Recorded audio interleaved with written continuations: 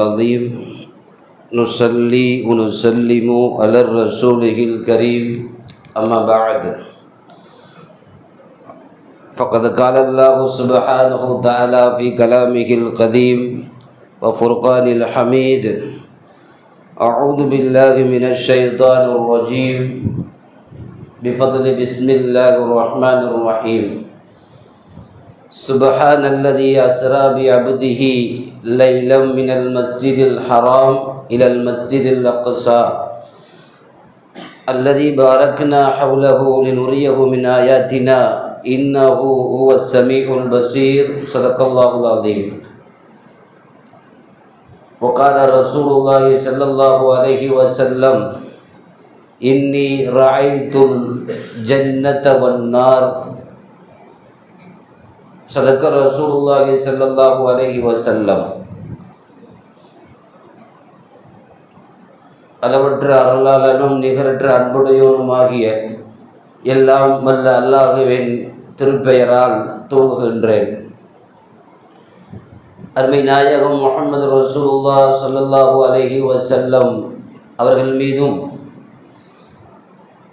அவர்களின் பாக்கியமான குடும்பத்தார்கள், சகாபாக்கள், தாபியீன்கள், தபாதாபியீன்கள், அக்தாபுகள், சுகதாக்கள் மற்றும் இந்த மஜ்லிஸிலே அமர்ந்திருக்கிற நம் அனைவரின் மீதும் அல்லாஹுவின் நல்லருள் என்றென்றும் நிறைவாக நிலவட்டுமாக. ஆமீன். என்று எல்லாம் வல்ல அல்லாஹ்விடத்தில் துஆ செய்து என்னுடைய உரையை துவங்குகின்றேன். இங்கே வந்திருக்கிற அனைவருக்கும் அஸ்ஸலாமு அலைக்கும் வரஹ்மத்துல்லாஹி வபரகாத்துஹு. கண்ணியத்திற்குரிய ஜமாத்தார்களே, பெரியவர்களே, வருகின்றிருக்கிற தாய்மார்களே, இஸ்லாத்தில் புனிதமான இரவுகளில் ஒரு இரவான ரஜபு பிறை 27 மெஹராஜுடைய இரவில் நாமெல்லாம் சங்கமித்திருக்கிறோம். இன்றைய பகல் முழுவதும் ஜும்மாவுடைய பகலாகவும் இரவு மெஹராஜுடைய இரவாகவும் நாம் சந்திக்கக்கூடிய இந்த நேரத்தில் இனி அடுத்தடுத்த மாதங்களில் தொடர்ந்து புனித இரவுகள் நமக்கு கிடைக்கும். ரஜபு பிறை 27 இப்போது மெஹராஜில் இருப்பது போல் அடுத்த மாதம் 15 பிறை பராத் என்று ஒரு இரவு இருக்கிறது. அதற்கு அடுத்த மாதம் ரமலானிலே லைலத்துல் கத்ர் என்கிற இரவு இருக்கிறது. அதற்கு பிறகு துல்ஹஜ்ஜில் நமக்கு 10 நாட்கள் இரவும் பகலும் சங்கையான இரவுகள். இப்படி தொடர்ந்து இந்த மாதங்களில் அல்லாஹ் சங்கையான இரவுகளையும் பகல் பொழுதையும் கொடுக்கிறான். அதில் மெஹராஜுடைய இரவில் இருந்துதான் இஸ்லாமிய புனித இரவுகள் துவங்குகிறது. அந்த அடிப்படையிலே நாமெல்லாம் இன்றைக்கு மெஹராஜுடைய இரவை கண்ணியப்படுத்துகிற விதமாய் தமிழகம் மட்டுமல்ல உலகம் முழுவதும், இன்னும் சொல்ல போனால் அமீரகங்களில், அரபு நாடுகளில் மெஹராஜுடைய நாளில் அரசு விடுமுறை அறிவிக்கப்பட்டு இரவு நேரங்களில் இது சம்பந்தமான சொற்பொழிவுகளும் நபி ஸல்லல்லாஹு அலைஹி வஸல்லம் அவர்கள் குறித்திருக்கிற செய்திகள் எல்லாம் ஆங்காங்கே எல்லா இடங்களிலேயும் பேசப்படுகிறது. நீங்கள் நன்கு கவனித்திருப்பீர்கள், ஒரு காலத்தில் மெஹராஜ் என்பது இல்லை என்று சொன்ன நிறைய பிரிவுகள் இப்போது அவர்களும் இந்த மெஹராஜிற்கு உடன்பட்டு வந்திருக்கிறார்கள். நீங்கள் ஆங்காங்கே போஸ்டர்களில் பார்த்திருப்பீர்கள், மெஹராஜ் இரவு உண்டா என்று ஒரு 5 வருடத்திற்கு முன்னால் கேள்விகளை எழுப்பியவர்கள், மெஹராஜ் எல்லாம் அப்படி இல்லை என்று பேசியவர்கள், இப்போது நாங்கள் ஆய்வு செய்ததில் மெஹராஜ் என்பது உண்மை, ஆகவே நாங்களும் அதை பற்றி பேசுகிறோம் என்று இப்போது கொஞ்சம் கொஞ்சமாக உள்ளே வந்து கொண்டிருக்கிறார்கள் என்பதையும் இங்கே கவனத்தில் வைக்க வேண்டும். மெஹராஜுடைய இரவு என்பது அல்லாஹுவால் ஏற்படுத்தப்பட்டது. திருக்குர்ஆனில் மெஹராஜ் குறித்திருக்கக்கூடிய வசனங்கள் ஒரு சில விஷயங்கள் தான். அல்லாஹ் ஒரே வசனத்திலே பெருமானாருடைய மெஹராஜ் பிரயாணத்தை சொல்லி முடித்து விட்டான். திருக்குர்ஆனுடைய 15வது ஜுஸு சுப்ஹானல்லதி என்று ஆரம்பிக்கும். இந்த ஆரம்பமான வசனம் தான் பெருமானார் ஸல்லல்லாஹு அலைஹி வஸல்லம் மெஹராஜிற்கு போனார்கள், நாம் அழைத்தோம் என்று அல்லாஹ் ஒரே வசனத்திலே பேசுகிறான். நீங்கள் குர்ஆனுடைய தஃசீர்களில் விரிவுரையாளர்கள் எழுதுவார்கள், அல்லாஹ் குர்ஆன்ல என்னென்னமோ நிறைய பேசுகிறான், விரிவாக பேசுகிறான். யூசுப் அலைஹிஸ்ஸலாம் அவருடைய வரலாறை குர்ஆனில் ஒரு சூரா முழுவதும் பேசுகிறான். மூசா அலைஹிஸ்ஸலாம் வரலாறை முழுவதுமாக குர்ஆனிலே பேசுகிறான்.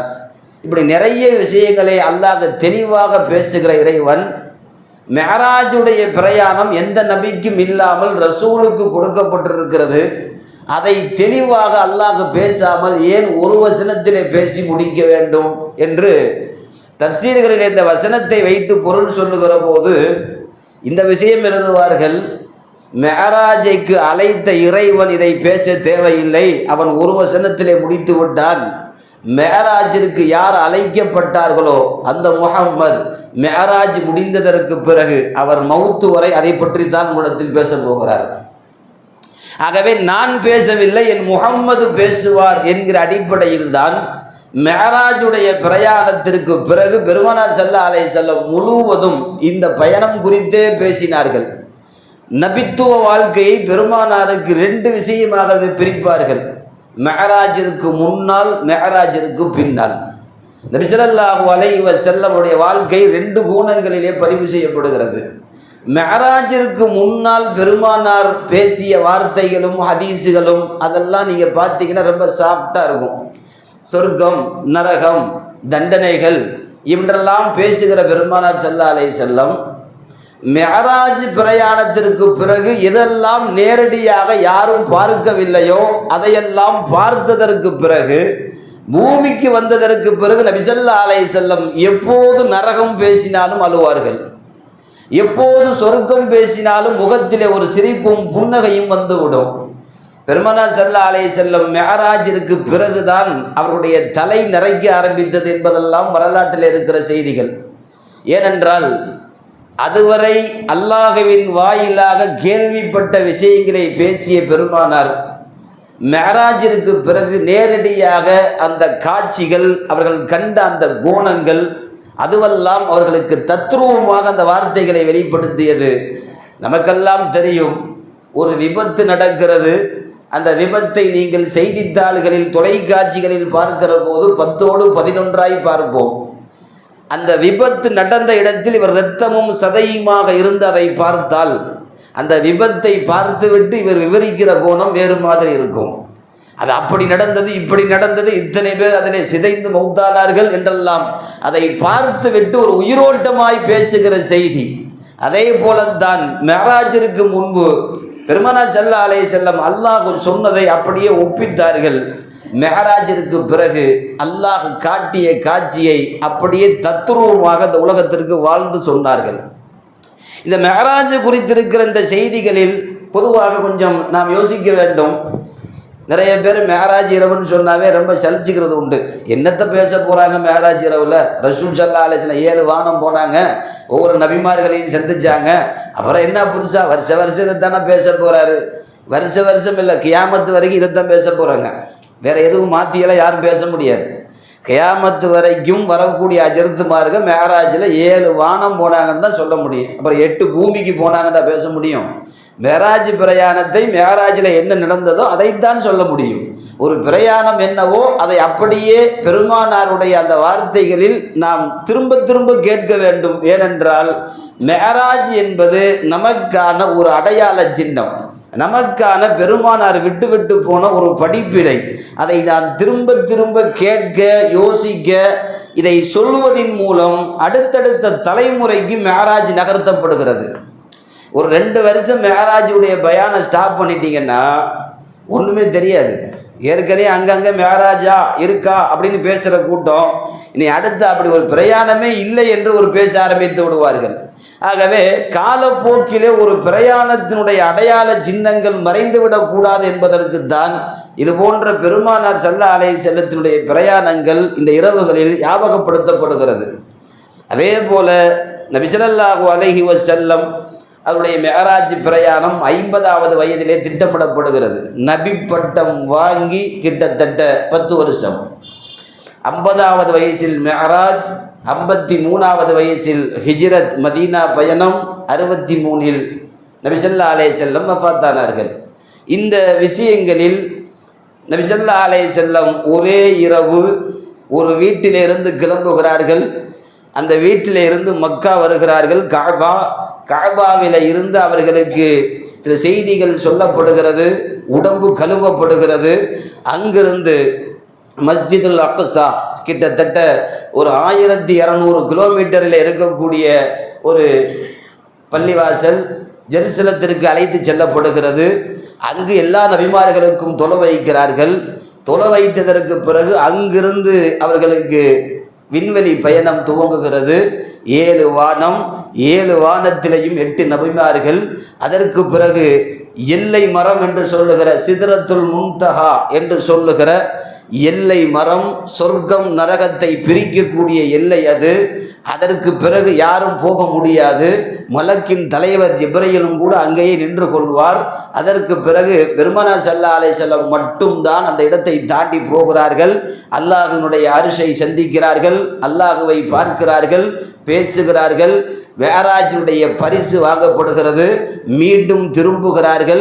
இந்த பிரயாணங்களிலே சொர்க்கம் நரகம் அவர்களுக்கு காட்டப்படுகிறது, தண்டனைகள் காட்டப்படுகிறது, சொர்க்கத்தினுடைய எல்லா நல்ல காட்சிகளும் காட்டப்படுகிறது.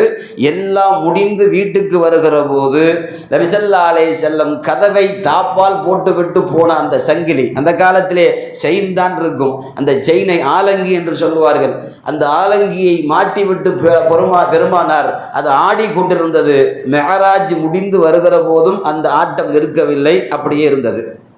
பெருமானார் படுத்து எழுந்த இடத்தில் கை வைக்கிறார்கள், சூடு அப்படியே இருந்தது. இந்த பிரயாணங்கள் எல்லாம் சேர்ந்து முடித்து விட்டு வருகிற போது நபி ஸல்லல்லாஹு அலைஹி வஸல்லம் என்னென்ன விட்டு விட்டு போனார்களோ அது அப்படியே இருந்தது. நம்ம அசர் முடிச்சுட்டு மகரிபுக்கு வந்தால் இங்கே நிறைய மாற்றங்கள் இருக்கும் இல்லையா? மேட்டு சுருங்கி இருக்கும், அது அங்கிட்டு திரும்பி இருக்கும். ஒரு கொஞ்ச நேரத்தில் போயிட்டு வந்துட்டா ஏதாவது ஒன்று மாறி இருக்கும்.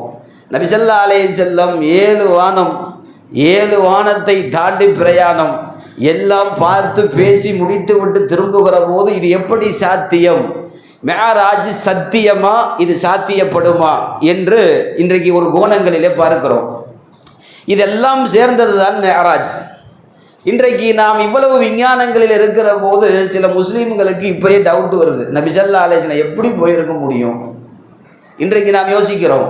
அன்றைக்கு அரபு நாட்டிலே வாழ்ந்த அந்த கிராமத்தார்கள் பெருமானார் ஸல்லல்லாஹு அலைஹி வஸல்லம் இருந்தபோது எந்த விதமான முன்னேற்றமும் இல்லாத ஒரு பாலைவன பூமி அது.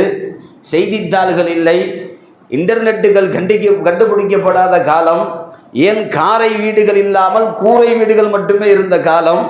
எதுவுமே அவர்களுக்கு தெரியாத ஒரு கிராமத்தில் பெருமானார் ஒரே இரவிலே போய்விட்டு வந்தேன் என்று சொன்னபோது அதை ஈமான் கொண்டவர்கள் நம்பினார்கள். பெருமானார் மேராஜ் போனது உண்மை என்று பேசினார்கள். பெருமானார் ஸல்லல்லாஹு அலைஹி வஸல்லத்தை ஏற்றுக்கொள்ளாத காஃபிர்கள் எல்லாம் எப்படி சாத்தியப்படும் என்று எதிர்கேள்வி கேட்டார்கள். குர்ஆனிலே 2 வருகிறது. ஏற்றுக்கொண்டவர்களுக்கு அல்லாஹ் சித்திக் உண்மையாளர்கள் என்று பெயர் கொடுத்தான். ஏற்காமல் சந்தேகித்தவர்களுக்கு முனாஃபிகீன்கள் என்கிற பெயரை கொடுத்தான். ஒரு மெஹராஜுடைய பிரயாணம் நல்லோர்களை தனியாக பிரிக்கிறது, முனாஃபிகீன்களை தனியாக பிரிக்கிறது. ரசூலுக்கு அல்லாஹ் அத்தாட்சியை காட்டுவதற்கு இந்த பிரயாணத்தை அழைத்தான். 3வது காரணம், பெருமானாருக்கு ஆறுதல் சொல்வதற்காக இந்த பிரயாணத்தை அல்லாஹ் அழைத்தான். பொதுவாக இந்த மெஹராஜ் எப்படி சாத்தியமாகும்? நம்ம இவ்வளவு காலத்தில் உம்ராவுக்கு போனாவே போகிறதுக்கே 6 மணி நேரம் ஆகுது. சென்னையிலேருந்து ஜித்தா போகிறதுக்கு 6 மணி நேரம். இன்னைக்கு அவ்வளவு ஸ்பீடில் போனாலே இது கிட்டத்தட்ட 5 மணி நேரம் ஆகுது. நபி ஸல்லல்லாஹு அலைஹி வஸல்லம் எந்த உபகரணம் இல்லாமல் அவர்கள் எப்படி போனார்கள்? இது சத்தியப்படுமா? இந்த ஆயத்தை அல்லாஹ் ஆரம்பிக்கிறப்பவே சுப்ஹானல்லதின்னு ஆரம்பிக்கிறான். நம்ம சுப்ஹானல்லாஹ் எங்க சொல்லுவோம் தெரியுமா? மனித சக்திக்கு அப்பாற்பட்டு நடப்பதை பார்க்கிற போது சுப்ஹானல்லாஹ், அல்லாஹ் பரிசுத்தமானவன் என்று புகழ்வோம். மனித அறிவையெல்லாம் தாண்டி மனிதனுடைய சக்திக்கு அப்பாற்படுகிற போது சுப்ஹானல்லாஹ் என்கிற வார்த்தை வரும். இங்கே அல்லாஹ் ஆயத்தை துவக்குகிற போதே அல்ஹம்துலில்லாஹ் என்று துவங்கி இருக்கலாம், அல்லது வேறு ஏதாவது ஒரு வார்த்தையை கொண்டு துவங்கி இருக்கலாம். குர்ஆன்ல சில சூறாக்கள் ஆரம்பிக்கிற போது அலிஃப் லாம் மீம்னு ஆரம்பிக்கும். அல்ஹம்துலில்லாஹில்லதி ஃபாத்திரிஸ் ஸமாவாத்தி வல் அர்த், எல்லா புகழும் அல்லாஹ்வுக்கே என்று ஆரம்பிக்கும். இப்படித்தான் சூராவுடைய ஆரம்பங்கள்லாம் வரும். சப்பஹ லில்லாஹி மா ஃபிஸ் ஸமாவாத், இப்படி அதிகமான சூறா இப்படித்தான் வரும். ஆனால் குர்ஆனில் ஆரம்பிக்கிற சூரா சுப்ஹானல்லதிங்கிறது ஒரு சூறா மட்டும்தான். வேற எந்த சூறாவும் இப்படி ஆரம்பிக்கல. ஏன்னா நீங்கள் கேள்விப்படக்கூடிய இந்த மேராஜ் என்பது உங்கள் அறிவுக்கு அப்பாற்பட்டது. சுப்ஹான் அல்லாஹ்வோடு ஆரம்பியுங்கள். இது அல்லாஹுவால் அதை நடத்த முடியும் என்கிற பிரயாணம். குர்ஆன்ல சுப்ஹானல்லதி அஸ்ரா பி அப்திஹி லைலம் மினல் மஸ்ஜிதில் ஹராம் இலல் மஸ்ஜிதில் அக்ஸா, இதை சொல்றது அல்லாஹ். மேராஜுக்கு எப்படி போயிருக்க முடியும்னு கேட்கறதுக்கு முன்னாடி கூப்பிட்டது நாங்கிறான். அல்லாஹ் நான் கூப்பிட்டேன், ஏன் கூப்பிட்டு வர முடியாதா? கூப்பிட்டது வேற யாரும் அல்ல, நான் அழைத்தேன். உலகத்தை வடிவமைத்த வானம் பூமி எல்லாம் அப்படியே நிறுத்தி வைத்திருக்கிற நான் அழைத்தேன், என்னால் முடியும். நபி ஸல்லல்லாஹு அலைஹி வஸல்லத்திற்கு என்னுடைய அத்தாட்சிகளை காட்டுவதற்கு இந்த பிரயாணத்தை நான் காட்டினேன், அழைத்தேன் என்று சொல்லி அல்லாஹ் இந்த வசனத்தில் அதனுடைய விஷயங்களை எல்லாம் சொல்லுகிறான். பொதுவாக இங்கே கவனத்தில் வைப்போம். பெருமானார் ஸல்லல்லாஹு அலைஹி வஸல்லத்திற்கு உண்டான பெரும் அத்தாட்சிகளில், அற்புதங்களில் 2 அற்புதம் முதலிடத்தில் இருக்கிறது. நீங்கள் நல்லா கவனிக்கணும். பெருமானார் ஸல்லல்லாஹு அலைஹி வஸல்லம் சொன்னார்கள், அன காத்தமன் நபியின் வலா நபிய பஅதி, நான் தான் நபிமார்களின் வரிசையை முடிக்க வந்தவன், எனக்கு பின்னால் எந்த நபியும் வரமாட்டார்கள். நபிமார்களுடைய அற்புதத்திற்கு முஅ்ஜிஸா என்று பெயர், அற்புதம் என்று பெயர். எல்லா நபிமார்களுக்கும் கூடுதல் பவராய் முஅ்ஜிஸாத்துகள், அற்புதங்கள் வழங்கப்படும். நீ நபிதானவா என்று கேட்கிற போது அல்லாஹ்வுடைய அந்த அத்தாட்சிகளை காட்டுவதற்கு சில அற்புதங்களை அல்லாஹ் ஏற்படுத்தினான். அப்படி அற்புதங்களில் ஒரு வரிசை தான் பெருமானாருக்கு இந்த மேராஜ். நல்லா கவனிக்கணும். நபிமார்களுடைய வரிசையெல்லாம் அல்லாஹ் முடிச்சிட்டான். நபிமார்கள் எங்கே முடிகிறாங்களோ அங்கே அற்புதமும் முடிய போகுதுன்னு அர்த்தம். அதுக்கு பிறகு முஅ்ஜிஸா யாரும் செய்ய முடியாது. நபி ஸல்லல்லாஹு அலைஹி வஸல்லத்தினுடைய வருஷம் முடிகிறப்பவே அற்புதமும் முடிய போகுது. எல்லா நபிமார்களுக்கும் அற்புதத்தை கொடுத்த அல்லாஹ் ரசூலுல்லாவுக்கு அற்புதம் முடிய போகிறதுனால கொஞ்சம் தூக்கலாக கொடுத்துட்டான். கொஞ்சம் அதிகமான அற்புதங்களை கொடுத்து அல்லாஹ் முஅ்ஜிஸாவுடைய வாசலை அடைக்கிறான். பெருமானார் சொன்னார்கள், எனக்கு வழங்கப்பட்ட அற்புதங்களிலேயே 2 அற்புதம் எந்த நபிக்கும் வழங்கப்படவில்லை. ஒன்று கலாமுல்லா, குர்ஆனுடைய வார்த்தை. குர்ஆன் அல்லாஹ்வுடைய வார்த்தை. இது போல ஒரு அற்புதம் யாருக்கும் வழங்கப்படவில்லை.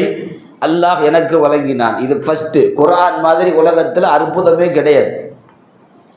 இன்றைக்கு வரைக்கும் ஆய்வு செய்கிறார்கள். தப்பு இல்லை, தவறு இல்லை, சொன்ன எழுத்துக்களில் எந்த குற்றமும் இல்லை. அல்லாஹ் அப்படி ஒரு குர்ஆனை, வேதத்தை இந்த உலகத்திற்கு கொடுத்தான். இன்று வரை இருக்கிறது.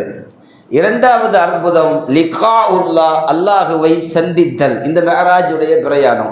இதுக்கு முன்னாடி யாருமே ரசூலுல்லாஹி ஸல்லல்லாஹு அலைஹி வஸல்லம் தவிர வேற யாரும் வானத்தில் முன்னாடி வானம் வரைக்கும் போயிருக்கிறாங்க. ஏன் ஆதம் அலைஹிஸ்ஸலாம் சொர்க்க வரைக்கும் போயிருக்காரு. ஆனால் அல்லாஹ்வுடைய சன்னிதானம் வரைக்கும் போய் நின்று பேசிய உலகத்தில் எந்த தூதரும் இல்லை. அல்லாஹ் ரசூலுக்கு மட்டும் அப்படி கொடுத்தான்.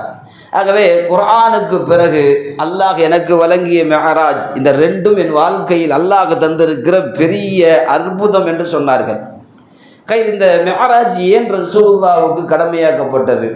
3 காரணம் எழுதுகிறார்கள். அதில் முக்கியமான 3 காரணம். 1, கதீஜா அம்மாவுடைய மரணம்.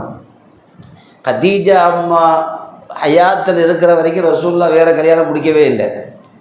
அவர்கள் தங்களுடைய 50வது வயதிலே வஃபாத் ஆகிற போது ரசூலுல்லாஹ்வுக்கு 50 வயசு. அவருடைய 50வது வயசில் பெருமானாருடைய அந்த 50வது வயசில் கதீஜா அம்மா வஃபாத் ஆகிற போது அடுத்த ஒரு 3 நாள் கழித்து அபூ தாலிப் தன்னுடைய வளர்ப்பு தந்தை ஹஜ்ரத் அலி ரலியல்லாஹுடைய சொந்த தகப்பனார், அவர்கள்தான் ரசூலுல்லாஹ்வை சிறு வயதிலிருந்து பராமரித்து வளர்த்தார்கள். கதீஜா அம்மா மௌத்தாய் மிகச்சரியாக 3 இரவு அவர் வஃபாத்தாகிறார்.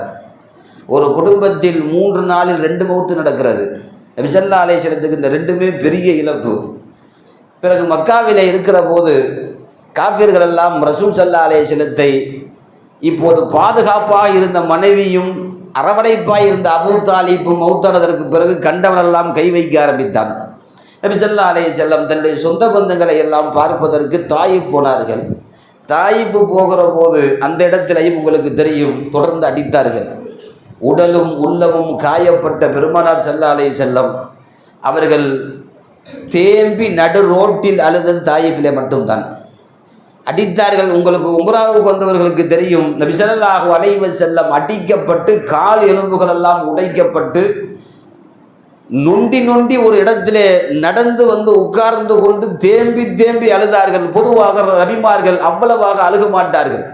இப்படியெல்லாம் மக்கள் டார்ச்சர் பண்றாங்களேன்னு சொல்லி அழுக மாட்டாங்க. ஆனால் நபி ஸல்லல்லாஹு அலைஹி வஸல்லம் முடியாமல் போகிற போது அவர்கள் தெருவிலே உட்கார்ந்து அழுதார்கள். உள்ளமும் உடமும் ரணப்பட்டிருக்கிற அந்த நேரத்திற்கு ஆறுதல் சொல்ல வேண்டும். உலகத்தில் ரசூலுக்கு யார் ஆறுதல் சொல்லுவார்? நபிமார்கள் எல்லாம் சேர்ந்து உலகமெல்லாம் அவரிடத்தில் ஆறுதல் கேட்கிறது, அவர்கள் ஆறுதல் சொல்லுவார்கள். ரசூலுக்கு யார் ஆறுதல் சொல்ல முடியும்? அல்லாஹ் ஆறுதல் சொல்வதற்காக அழைத்தான். இதோ பூமியிலே உங்களை யாரும் அரவணைக்கவில்லை என்றால் போகட்டும், உங்களுக்கு வானத்தின் கதவுகளை நான் திறந்து விடுகிறேன், நீங்கள் மேலே வாருங்கள் என்று சொல்லி ஆறுதலுக்காக அல்லாஹ் அழைத்த பயணம் இந்த மெஹராஜ் பயணம். இரண்டாவது காரணம் குர்ஆனுடைய ஆயத்திலே வருகிறது, லினுரியஹு மின் ஆயாத்தினா, வானத்தில் என்னுடைய அத்தாட்சிகளை காட்டுவதற்கு என்னுடைய ஹபீபை நாம் அழைத்தோம். இது இரண்டாவது காரணம். மூன்றாவது காரணம், மெஹராஜ் போய்விட்டதற்கு பிறகு பூமியிலே வந்து சொல்லுகிற போது யாரெல்லாம் அதை நம்பிக்கை கொள்கிறார்கள், நம்பவில்லை என்று உங்களை சோதிப்பதற்காக, இபித்திலா சோதனை, இந்த சோதனைக்காக வேண்டி இந்த மெஹராஜ் பிரயாணத்தை ஏற்படுத்தினோம். இந்த மூணு காரணம்தான் மெஹராஜிற்கு மிக வலுவாக எழுதப்படுகிறது. நபி ஸல்லல்லாஹு அலைஹி வஸல்லம் அவர்கள் அல்லாஹுவை சந்தித்ததும் அந்த மெஹராஜிற்கு முன்னால் என்னென்ன நிகழ்வுகளை ஏற்படுத்தி கொடுத்தான் என்பதை கொஞ்சம் இங்கே பார்க்கணும். இந்த மவுத்து 2 மவுத்து நடந்துச்சு இல்லைங்களா? இந்த 2 மவுத்துக்கு பிறகு தாயிஃபுக்கு போயிட்டு வந்ததுக்கு பிறகு உடனேயே அல்லாஹ் அடுத்த நாளே மெஹராஜுக்கு கூப்பிடலை. அல்லாஹ் முதலிலே வஹீயிலே ஆறுதல் சொல்லுகிறான். இந்த தாயிஃபில் அடிக்கப்பட்டு வந்த போதுதான் பெருமானாருக்கு இறக்கப்பட்ட வசனம் தான் சூரா யூசுப். யூசுப் அலைஹிஸ்ஸலாமுடைய அந்த முழுமையான சூரா உங்களுக்கெல்லாம் தெரியும். குர்ஆனில் ஒரே இடத்துல மொத்தமாக சொல்லப்பட்ட சூரா.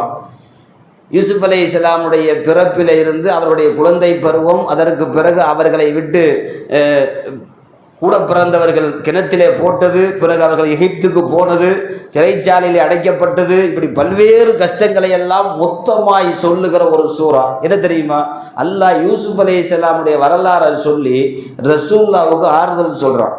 நீங்கள் மட்டும் கஷ்டப்படலை, இதுக்கு முன்னாடி நபிமார்கள்லாம் கஷ்டப்பட்டிருக்காங்க பாருங்க. யூசுப் அலைஹிஸ்ஸலாம் பிறந்ததிலிருந்து கஷ்டம், கடைசியாகத்தான் அவரை நாம் உயர்த்தி வைத்தோம், அமைச்சராக்கினோம், மன்னராக்கினோம் என்று அந்த யூசுப் அலைஹிஸ்ஸலாமுடைய வரலாறை ஃபுல்லாக சொல்லி நபி ஸல்லல்லாஹு அலைஹி வஸல்லத்திற்கு ஒரு ஆறுதல். சில நேரங்களில் யாராவது ஒரு கஷ்டத்தை பார்க்குறப்ப நம்ம கஷ்டம் பரவாயில்லை அப்படிங்கிற மாதிரி ஒரு முடிவுக்கு வருவோம் இல்லையா? அது மாதிரி அல்லாஹ் தஆலா ஒரு கஷ்டத்தை சொல்லி உங்கள் கஷ்டம் கம்மி தான் அப்படிங்கிறது மாதிரி உள்ள விஷயத்தை அல்லாஹ் வஹீயில் கொடுக்குறான். அதற்கு பிறகுதான் இரவு நேரம் தாயிஃபில் இருந்து மக்காவுக்கு வந்தார்கள். உம்மு ஹானி ரலியல்லாஹு அன்ஹா, இவங்க யாருன்னா அபூ தாலிபுடைய மக, அலி ரலியல்லாஹுவுக்கு கூட பிறந்த அக்கா. நபி ஸல்லல்லாஹு அலைஹி வஸல்லத்திற்கும் ஒரு சகோதரி முறை தான் வரும். இவர்களுடைய வீட்டில் தான் நபி ஸல்லல்லாஹு அலைஹி வஸல்லம் படுத்திருக்கிறார்கள் இரவு நேரம். ஏன்னா வீட்டுக்கு போகலை, வீட்டுக்கு போனால் மனைவி ஞாபகம் வருது, கதீஜா அம்மா. ஆகவே தன்னுடைய சகோதரியுடைய வீட்டிலே படுத்திருக்கிறார்கள். இரவு நேரம் திடீரென்று கூரைகள் பீக்கப்படுகிறது, கூரை முகடு உழைக்கப்பட்டு அதிலே இருந்து ஜிப்ரயில் உள்ளே இறங்குகிறார். அது வரைக்கும் ஜிப்ரயில் அப்படி ஒரு கோணத்திலே வந்தது கிடையாது. கதவை தட்டி விட்டு வருவார், ரசூலிடத்தில் அனுமதி வாங்கிவிட்டு வருவார். இந்த ஓட்டை பிச்சுக்கிட்டு வர்ற பழக்கம் மலக்குமார்களுக்கு கிடையாது. வாழ்க்கையில் முதல் தடவையாக கூரை பிழைக்கப்பட்டு உள்ளிருந்து வந்தார்கள். அப்பயே நபி ஸல்லல்லாஹு அலைஹி வஸல்லம் புரிஞ்சுக்கிட்டாங்க, இப்போ நம்ம போகக்கூடிய பயணம் மேல் நோக்கிய பயணம் போல இருக்குங்கிற மாதிரி ஒரு முடிவுக்கு வந்துட்டாங்க. நபி ஸல்லல்லாஹு அலைஹி வஸல்லம் வந்து அல்லாஹ் உங்களை அழைத்து வர சொன்னான், உங்களுக்கான வாகனமும் அழைப்பாளரும் தயாராக இருக்கிறார்கள். நபி ஸல்லல்லாஹு அலைஹி வஸல்லம் எழுந்தார்கள். அங்கிருந்து புராக்கு வாகனம், அதாவது புராக் என்பது மலக்குகளின் வாகனம், வேகம் என்பது அதற்கு சொல்ல முடியாத அளவுக்கு வேகம். நம்ம இன்னைக்கு கால் பண்ணுறோம், ஒரு கால் பண்ண உடனே டக்குனு எந்த ஊருக்கு பக்கத்து ஊருக்கு இருந்தாலும் சரி அதே டைம் தான். இங்கேருந்து அமெரிக்காவுக்கு அடித்தாலும் அதே டைம் தான். ஒரு 2 செகண்டில் டக்குன்னு அடுத்த ஊருக்கு லைன் கிடச்சிருது, அடுத்த நாட்டுக்கு போயிடுது. இடையில் எத்தனை கடல்கள், மலைகள், அலைகள், திடல்கள் எல்லாம் தாண்டி ஒரு ஒளியினுடைய கதிர்வீச்சு இங்கே அமுத்தினோடனே அங்கே அவருக்கு திடீர்னு கேட்குது, எடுத்து அளவுங்கிறார். இது மனிதனுடைய கண்டுபிடிப்புக்கு இவ்வளவு சக்தி இருக்கும் என்றால் அல்லாஹ்வுடைய கட்டமைப்பு என்பது எவ்வளவு வலுவானது. நபிமார்கள், இன்னும் சொல்ல போனால் மலக்குமார்கள் போகிற வாகனம் புராக், அது பார்த்தவுடன் பார்வை எங்கு முடியுமோ அங்குதான் அது போய் நிற்கும் என்று வருகிறது. நம்ம பார்த்தோம்னா வானம் வரைக்கும் பார்வை போகுது. அப்போ அந்த புராக்கினுடைய வேகம் அப்படி. அந்த உம்முகானி அவருடைய வீடு என்பது காபாவிலிருந்து கொஞ்சம் பின்பக்கம் தள்ளி இருக்கிறது. இன்றைக்கும் கூட அவருடைய வீடு இருக்கிறது, வீட்டினுடைய இடங்கள் எல்லாம் வைத்திருக்கிறார்கள். அங்கிருந்து காபாவிற்கு அழைத்து வரப்பட்டு காபாவினுடைய ஜம்ஜம் கிணறு, காபாவினுடைய முன்னால் இருந்த கிணற்றிலே அவர்களை படுக்க வைத்து தங்க தட்டும் கத்தியும் கொண்டு வரப்படுகிறது. இதெல்லாம் அஜர்த்தி ஏதோ அடிச்சு விட்டுருக்காரு போல இருக்குது அப்படின்னு நீங்கள் நினைக்கக்கூடாது. இதெல்லாம் ஹதீஸில் வந்திருக்கிற வார்த்தை, ரசூல்லா பார்த்துட்டு சொன்ன வார்த்தை. ஏதோ அம்புலி மாமா கதை மாதிரி போய்கிட்டு இருக்கு, நல்லா தான் இருக்குது. ஏதோ ஒரு சித்திரமாக போய்கிட்டு தங்க தட்டுன்னு சொல்கிறாரு, கத்தின்னு சொல்கிறாரு அப்படிங்கிற மாதிரி நீங்கள் நினைக்கக்கூடாது. இது எல்லாம் நம்ம ஈமான் கொள்கிற விஷயம். இது நபி ஸல்லல்லாஹு அலைஹி வஸல்லம் A to Z எல்லாம் ஹதீஸில் சொல்லியிருக்கிறாங்க. தங்க தட்டும் கத்தியும் கொண்டு வரப்பட்டது. ஜிப்ரீல் அலைஹிஸ்ஸலாம் தங்களுடைய மடியில் உட்கார வைத்து நெஞ்சை கீறுகிறார்கள். பொதுவாக ரசூலுல்லாஹ்வுடைய நெஞ்சு 3 தடவை கீறப்பட்டிருக்கு. 3 தடவை. ஒன்று, ஹலீமா அம்மாவிடம் பால் குடிப்பதற்காக விடப்பட்ட போது அப்போது மலக்கு தூக்கி கொண்டு போய் அதே ஜிப்ரீல் அந்த இடத்தில் வைத்து தான் நெஞ்சை பிளந்தார். நெஞ்சு பிளக்கப்பட்டது. இருதயம், கல்பு எடுத்து ஜம்ஜம் தண்ணியிலே சுத்தம் செய்யப்பட்டு மாட்டப்பட்டது. இரண்டாவது, பெருமானார் நபி பட்டம் வாங்குவதற்கு முன்பு, வகி வருவதற்கு முன்பு அந்த வகியை தாங்குவதற்காக வேண்டி அல்லாஹ் மீண்டும் ஒரு ஆபரேஷன், அதே மாதிரி ஜம்ஜம் தண்ணியிலே கழுவி மாட்டப்பட்டது. மூன்றாவது இப்போது ஒரு ஆபரேஷன். ஏன் தெரியுமா? இது 2 காரணம் எழுதுவார்கள். ஒன்று, நம்ம பார்க்காத அல்லாவை இங்கே தொழுகிறதுக்கே கைகாலுக்கு ஒழு தேவை. ரசூல் ஸல்லல்லாஹு அலைஹி வஸல்லம் நேரடியாக பார்க்க போகிறார்கள். உடலுக்கு மட்டுமல்ல, உள்ளத்திற்கும் ஒழு தேவை. ஆகவே உள்ளத்திற்கு ஜம்ஜம் தண்ணீரால் கழுவப்பட்டது.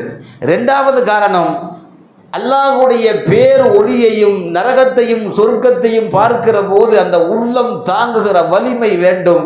அந்த வலிமைக்காக அப்படி கழுவப்பட்டது என்றெல்லாம் பல்வேறு காரணங்கள் ஹதீஸ்களில் வருகிறது. 3 தடவை அந்த நெஞ்சு பிளக்கப்பட்டு கழுவப்பட்டது. அனஸ் ரலியல்லாஹுடைய அறிவிப்பு சஹீஹுல் புகாரியில் இருக்கிறது. அனஸ் ரலியல்லாஹு சொல்லுகிறார்கள், நபி ஸல்லல்லாஹு அலைஹி வஸல்லத்தை நான் சட்டை இல்லாமல், மேடாடை இல்லாமல் நான் பல தடவை பார்த்திருக்கிறேன். நான் ரசூலுல்லாஹ் அப்படி யாரும் பார்க்க முடியாது. ரொம்ப க்ளோஸாக வீடு வரைக்கும் போகிற சஹாபி தான் அப்படி பார்க்க முடியும். அனஸ் ரலியல்லாஹு கூடவே இருந்த சஹாபி, அவங்க மட்டும்தான் பார்த்தாங்க. நீங்கள்லாம் கேள்விப்பட்டிருப்பீங்க, ரசூலுல்லாஹ் முதுகில், இந்த முதுகுக்கு பின்னாடி ஒரு கோழி முட்டை அளவுக்கு ஒரு மச்சை இருக்கும். அது அப்படியே ரொம்ப மேடு மாதிரி அழகாக ஒரு கோழி முட்டை சைஸில் துருத்திக்கிட்டு இருக்கும். இந்த மச்சம் பெருமானார் இவர் கடைசி நபி என்பதற்கு அது அடையாளம். ஹாத்தமுன் நபின்னு சொல்லுவோம், முத்திரையிடப்பட்ட நபி. அந்த முத்திரை பின்னாடி, முதுகுக்கு பின்னாடி நடு முதுகுலேருந்து கொஞ்சம் தள்ளி இருந்துச்சு. அதைத்தான் அனஸ் எல்லாம் பார்த்துருக்காங்க. அதை அமுத்தியெல்லாம் விளாண்டுருக்காங்க சின்ன குழந்தையில. அதை ரசூலுல்லாஹ்ட்ட இருந்து பார்த்துட்டு வந்து சொன்னதுக்கு பிறகு தான் நிறைய நபித்தோழர்கள் அதை பார்க்கணும்னு ஆசை வந்துருச்சு. அப்படி பார்க்கணுன்னு ஆசைப்பட்டவர் தான் உக்காஷா ரலியல்லாஹு அன்ஹு. உங்களுக்குலாம் அந்த வரலாறு தெரியும். கடைசி வரைக்கும் பார்க்க முடியாமல் கடைசியாக மௌத்தா போகிறப்போ ஒரு நாடகம் செஞ்சு, நீங்கள் என்னை அடிச்சிட்டீங்க, நான் அது மாதிரி உங்களை அடிக்கணும், உங்கள் சட்டையை கழட்டுங்கலாம் சொல்லி கடைசியாக அந்த நுபுவத்து முத்திரையை எல்லாருமே பார்த்தாங்க. அவரால் எல்லாருமே அவங்களுக்கு துவா செஞ்சாங்கன்னா வருது. இப்போ நபி ஸல்லல்லாஹு அலைஹி வஸல்லம் இந்த மேலாடை இல்லாமல் யாரும் அவ்வளவு சீக்கிரத்தில் பார்க்க முடியாது. அனஸ் ரலியல்லாஹு பார்த்தாங்க. ஏன்னா வீடு வரைக்கும் போய் உள்ளே இருக்கிற சஹாபி, அவர் ஹாதிம், ஹிதுமத்தில் உள்ளவர். அனஸ் ரலியல்லாஹு சொல்கிறாங்க, நான் பல தடவை பெருமானாருடைய நெஞ்சை பார்த்திருக்கிறேன். 2 நெஞ்சினுடைய அந்த சதையும் பீத்து விட்டு ஒட்டினால் என்ன தழும்பு இருக்குமோ அந்த தழும்பை ரசூலுடைய நெஞ்சில் நான் பார்த்திருக்கிறேன்.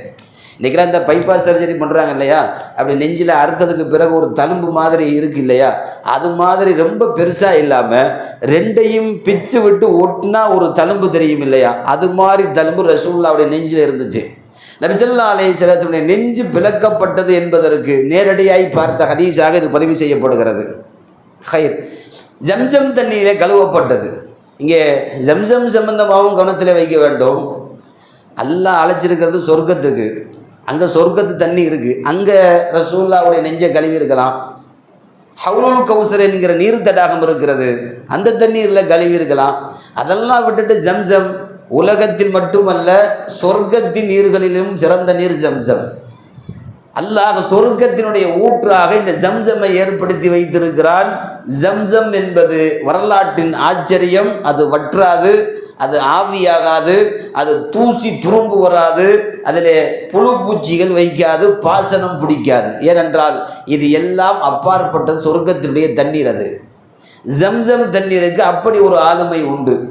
அதனால் தான் ஜம்சமை, அந்த தண்ணீரை கொண்டு அல்லாஹ் கழுவினான் என்றெல்லாம் அந்த தண்ணீர் குறித்து எழுதுவார்கள். அங்கிருந்து நெஞ்சு சுத்தப்படுத்தப்பட்டு இப்போது இங்கிருந்து ஜெருசலத்திற்கு அழைத்து சென்று போகிறார்கள். நல்லா கவனிக்கணும், காபாவுக்கு வந்தாச்சு, ஆப்ரேஷன் முடிஞ்சிருச்சு, அங்கிருந்து செல்லுன்னு மேலே போயிட வேண்டியதானே, அப்புறம் ஏன் ஜெருசலத்துக்கு போகணும்? எதற்காக வேண்டி அங்கே அழைக்கப்பட்டார்கள்? அதற்கும் சில காரணங்கள் உண்டு. இங்கிருந்து ஒரு 1000 சில்லறை கிலோமீட்டர்கள் ஏன் ஒரு பைத்துல் முக்கத்தஸ் கூட்டி போய் அங்கிருந்து ஏன் வானத்திற்கு போக வேண்டும்? அதுக்கு ஒரு காரணம் எழுதுகிறார்கள். பொதுவாக நம்ம விமானம்னு சொன்னால் எல்லா இடத்துலையும் விமானத்தில் ஏற முடியாது, அதுக்குன்னு ஒரு ஏர்போர்ட் இருக்குது, அங்கேருந்து தான் ஏறுவாங்க. இந்த பைத்துல் முக்கத்தஸ் உலகத்திலேயே பைத்துல் முக்கத்தஸ்ல இருந்து நீங்கள் ஏறுறது வானலோகத்துக்கு ரொம்ப கிட்டன்னு வருது, அங்கேருந்து மேலே போகிறது ரொம்ப பக்கம். இது ஒன்று. ரெண்டாவது, உலகத்தினுடைய எல்லா நபிமார்களும் வாழ்ந்த இடம், மறைந்த இடம், ஆரம்ப கிபிலா. ஏன் அன்றைக்கு வரைக்கும் ரசூலுல்லாஹ் அந்த கிபிலாவை தான் முன்னோக்கி தொழுது கொண்டிருக்கிறார்கள். காபத்துல்லா இப்போ எல்லாம் கிபிலாவாக மாற்றப்படவில்லை. ஏன்? தொழுகையே கடமையாகலை. அப்போ நபி ஸல்லல்லாஹு அலைஹி வஸல்லத்திற்கு பைத்துல் முக்கத்தஸை கொண்டு போய் காட்டணும். ரசூலுல்லாவும் பைத்துல் முக்கத்தஸுக்கு வந்தார்கள் அப்படிங்கிற வரலாறு இருந்தால் தான் நம்ம ஜியாரத்துக்கு போவோம். இப்போ நம்ம ரசூலுல்லாஹ் போகலைன்னு சொன்னால் என்ன சொல்லுவோம்? ரசூலுல்லாஹ் போனாங்களா? நம்ம மக்கா மதீனா தானே போனாங்க, அதோட ஏன் பைத்துல் முக்கத்தஸையே போகணும் அப்படின்னு ஒரு கேள்வி வரும். ரசூல் போய்விட்டால் ரசூல் போனதால் நாங்களும் போவோம் என்று உலக மக்கள் எல்லாம் அந்த பழைய கிபிலாவை மறக்காமல் பயணிப்பார்கள். அதற்குத்தான் அல்லாஹ் ஆரம்ப கிபிலாவினுடைய இடத்திற்கு அழைத்து கொண்டு போய் அந்த பைத்துல் முக்கத்தஸை காட்டி, கிட்டத்தட்ட நபிமார்கள் நிறைய பேர் வாழ்ந்த இடம், இன்றைக்கு வரை அடங்கி இருக்கிற இடம். 1,24,000 நபிமார்களில் 70,000 மேற்பட்ட நபிமார்கள் அந்த மண்ணை சார்ந்தவர்கள்.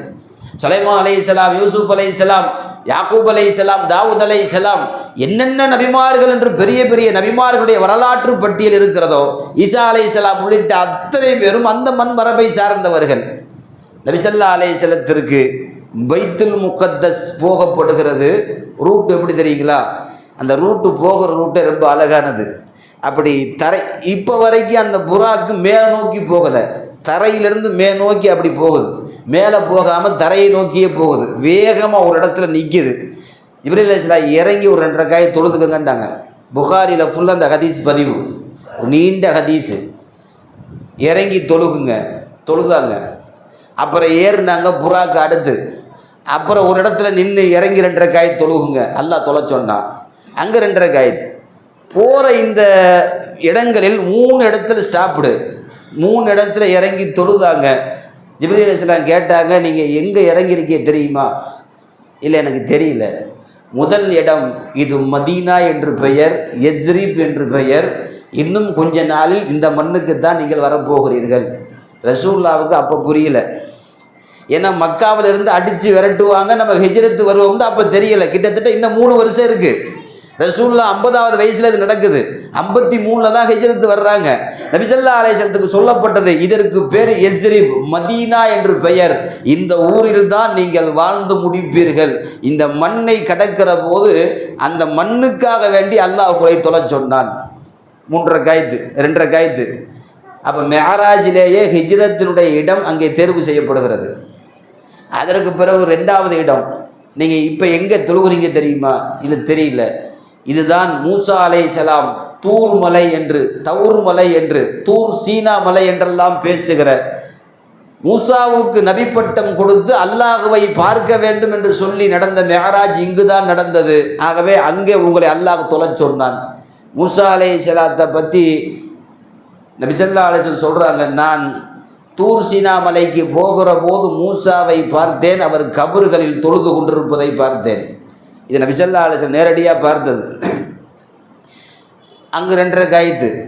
அதுக்கு பிறகு 3வது இடம் நீங்கள் தொழக்கூடிய இடம், இது ஈசா அலைஹிஸ்ஸலாம் பிறந்த மரியம் அலைஹிஸ்ஸலாம் தன்னுடைய குழந்தையை ஈசாவை பெற்றெடுத்த இடம். அல்லாஹ் இங்கேயும் உங்களை தொழுகச் சொன்னான். அதற்கு பைத்துல் லஹம் என்று பெயர். பைத்துல், இன்னைக்கு பெத்லஹேம்னு சொல்றாங்க இல்லையா, அரபியில் பைத்துல் லஹம் என்று பெயர். அந்த இடத்தில் 2 ரக்காயத்து தொழுகை எல்லாம் முடிச்சுட்டு தான் பைத்துல் முக்கத்தஸ் போறாங்க. பைத்துல் முக்கத்தஸுக்குள்ள போற அப்பவே உங்களுக்கு தெரியும், உலகத்திலே யாரெல்லாம் நபிமார்களாக வாழ்ந்தார்களோ அத்தனை பேரையும் கொண்டு வந்து அல்லாஹ் சஃபிலே, எல்லா நபிமார்களும் ஆதமிலிருந்து ஈசா வரை அத்தனை பேரையும் அல்லாஹ் சஃப்புகளில் நிற்க வைத்து விட்டான். அந்த பள்ளிவாசல்களை நுழைகிற போதே தொழுகைக்காக வேண்டி இகாமத்து சொல்லப்பட்ட நிலையில் எப்படி இமாம் வருவதை எதிர்பார்ப்பார்களோ அதுபோல் எல்லா நபிமார்களும் நின்று கொண்டிருந்தார்கள்.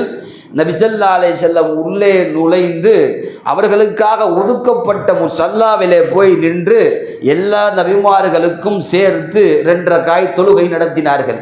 இங்கே நல்லா கவனிக்கணும், கசீதத்துல் புர்தாவில் இந்த காட்சியை ரொம்ப அழகா இமாம் பூஷரி அவர்கள் வர்ணிச்சுட்டு வருவாங்க. எந்த அளவுக்குன்னா, கத்தமத்துக்கு ஜமீஉல் அன்பியாயி பிஹா வ ருஸ்லின் தக்தீம மஹ்தூமின் அலா கதமின். எல்லோரும் பணியாளர்களை போல நின்று கொண்டிருந்த போது ஒரு முதலாளியை போல ரசூல் ஸல்லல்லாஹு அலைஹி வஸல்லம் முன்னால் போய் நின்று எல்லா நபிமார்களுக்கும் தொலை வைத்தார்கள். இங்கே நல்லா கவனிக்கணும், ரசூலுக்கு மட்டும்தான் ஒரு பேர், எல்லா நபிமார்களுக்கும் முன்னாடி நின்று தொழுக வச்சதுனால தான் இமாமுல் அன்பியான்னு ரசூலுல்லாவுக்கு ஒரு பேர். எப்படி ஹாத்தமுல் அன்பியா நபிமார்களில் கடைசியானவர்னு சொல்கிறோமோ, இமாமுல் அன்பியா எல்லா நபிமார்களுக்கும் இமாம். இந்த பேரை வேற எந்த ரசூலுல்லாவுக்கும் சொல்ல முடியாது. மூசாவுக்கோ ஈசாவுக்கோ தாவூத் அலைஹிஸ்ஸலாம் யாருக்கும் சொல்ல முடியாது. ரசூலுல்லாவுக்கு மட்டும்தான் எல்லா நபிமார்களுக்கும் இமாமாக நின்று தொலை வைத்தவர். இமாமுல் அன்பியா, நபியுல் அன்பியா, இந்த 2 பேரும் ரசூலுல்லாவுக்கு அல்லாஹ் கொடுத்த பேர். பைத்துல் முக்கத்தஸத்துக்கு கூட்டிட்டு போறதுக்கு காரணம், எல்லா நபிமார்களுக்கும் தொலை வைக்க, ரசூலுல்லாவை கண்ணியப்படுத்த. நமக்கு ஒரு செய்தி இருக்கிறது, நீங்களும் அந்த மஸ்ஜிதில் ஹரம் என்று சொல்லுகிற மஸ்ஜிதே அக்ஸாவுக்கு நீங்கள் ஜியாரத்து போக வேண்டும், தொழுக வேண்டும். அதுவும் உங்களுக்கு அது கடமையாக்கப்பட்டிருக்கிறது என்பதையும் இந்த பிரயாணம் நமக்கு சொல்லி காட்டுகிறது. எப்படி மக்கா மதீனாவுக்கு போகிறோமோ அது மாதிரி பலஸ்தீனத்தில் இருக்கக்கூடிய மஸ்ஜிதில் அக்ஸாவுக்கு நம்ம போகணும். அதுவும் ஒரு ஜியாரத்து. ஹரமிலே தொழுதால் லட்சம் நன்மை, மஸ்ஜிது நபவியிலே தொழுதால் ஆயிரக்கணக்கான நன்மை. அங்கே மஸ்ஜிது அக்ஸாவிலே நீங்கள் தொழுதால் யார் 2 ரக்காயத்துகள் தொழுவாரோ அவருக்கு ஒரு உம்ராவுடைய நன்மை. இன்னும் சொல்ல போனால் 2 ரக்காயத்துகள் தொழக்கூடியவருக்கு எல்லா பாவத்தையும் ஹஜ்ஜை போல மன்னித்து கொடு என்று அதை கட்டிய சுலைமான் அலைஹிஸ்ஸலாம் துவா செய்தார்கள். இது எல்லாம் ஹரமிலே சார்ந்தது. அதோ அங்கே தொலை வைத்தார்கள். தொலை வைச்சதுக்கு பிறகுதான் இப்போது வானம் நோக்கிய பிரயாணம். ஏன்னா மெஹராஜை பற்றி பேசுகிறப்ப நிறைய பேர் மெஹராஜ் அவங்க போயிடுவாங்க, தூக்கத்திலே போயிடுவாங்க. இப்போயே கொட்டாய் வர ஆரம்பிச்சிருச்சு. ஆமாம், ஏன்னா 7 வானம் போய் நீ சொர்க்கம், இதெல்லாம் ஆச்சரியப்படுறதா அப்படிங்கிற மாதிரி சில பேருக்கு கொட்டாயை புரிக்குது. சில பேர்லாம் அப்படி பாடத்திலே தூங்கிறப்பவே அஜன் சொல்லுவார், பத்தியா மேராஜ் போயிட்டான் பத்தியா அப்படிம்பார். ஏன்னா தூக்கத்திலேயே மேராஜ்.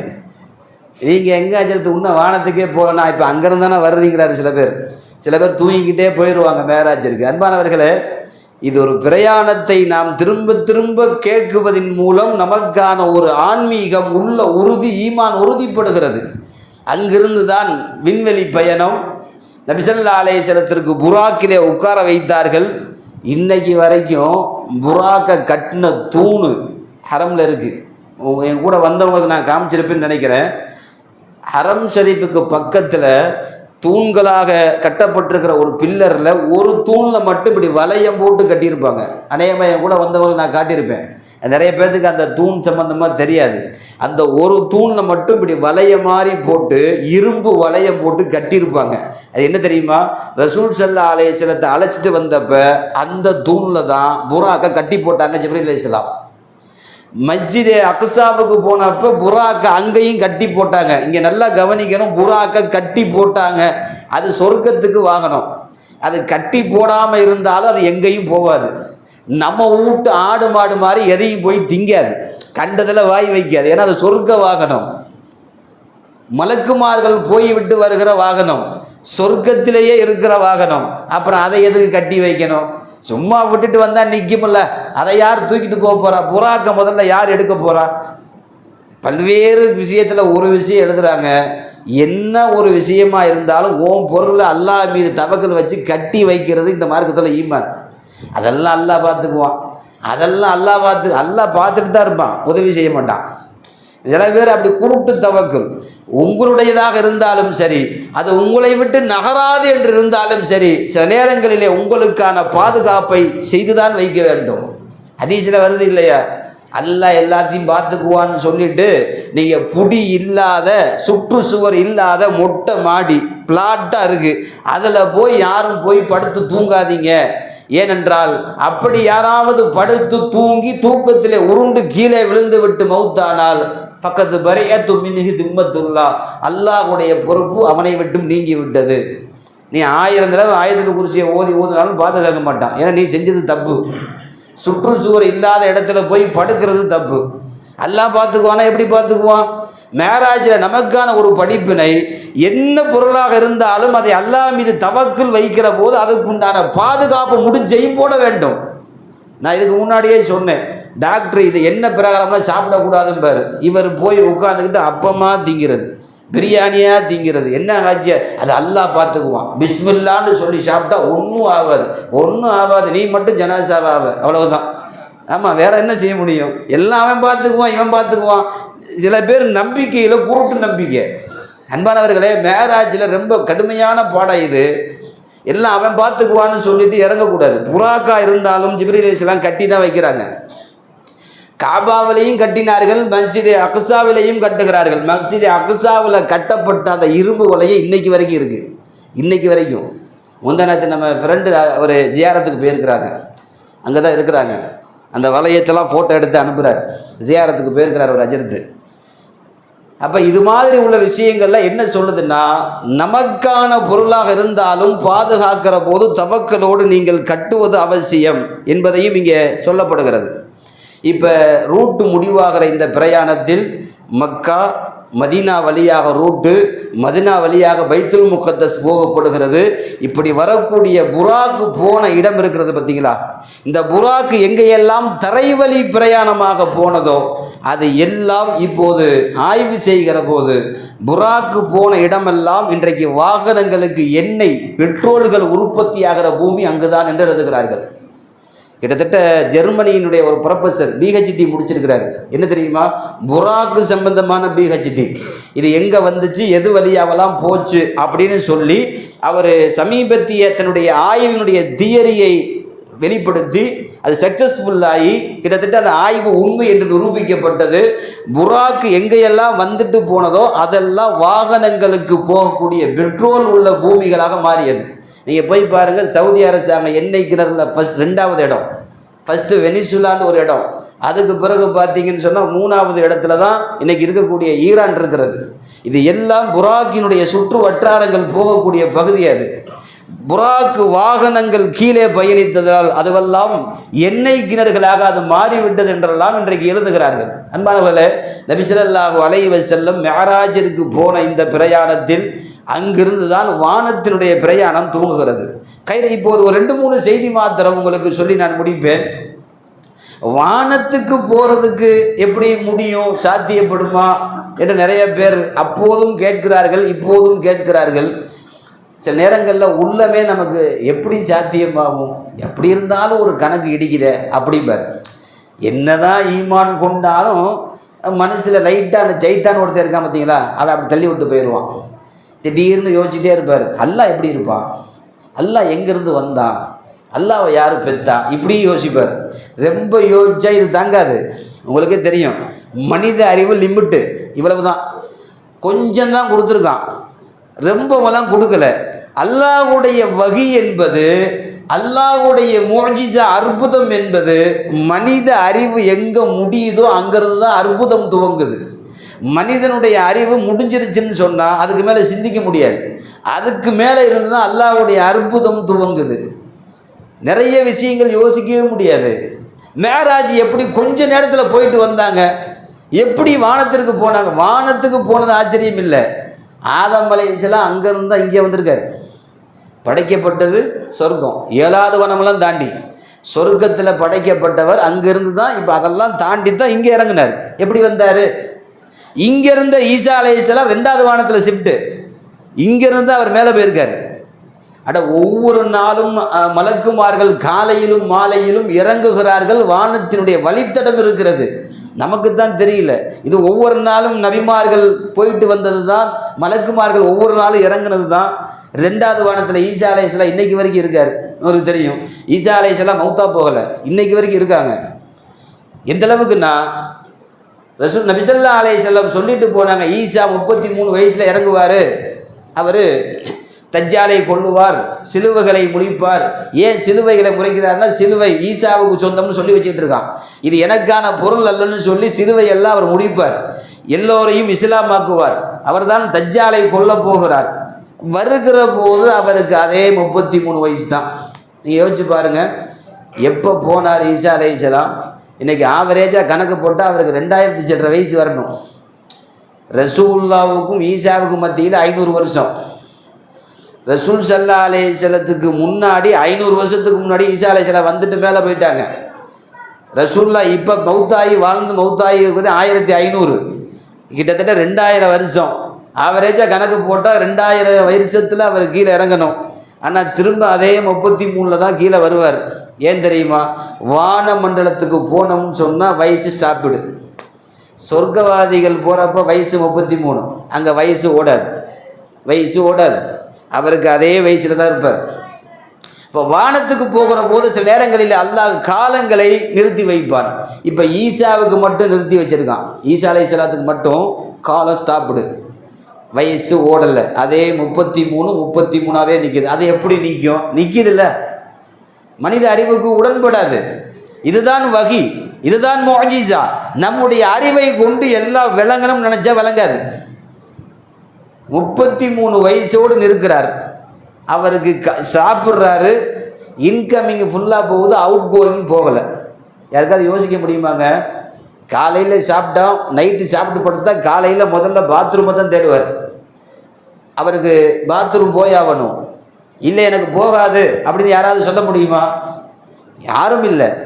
சாப்பிட்டா பைத்துல் கலா போய் ஆகணும். ஈசா அலைஹிஸ்ஸலாம் மவுத்தாகலை, அதே 33. சாப்பிட்றாங்க, மலம் ஜலம் கழிக்கலை. ஏன்னா அவங்க இருக்கிறது வானத்தில்.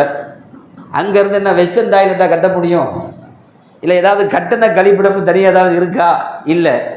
அல்லாஹ் அந்த வயதை நிறுத்தியதை போல எல்லாத்தையும் நிறுத்திட்டான்.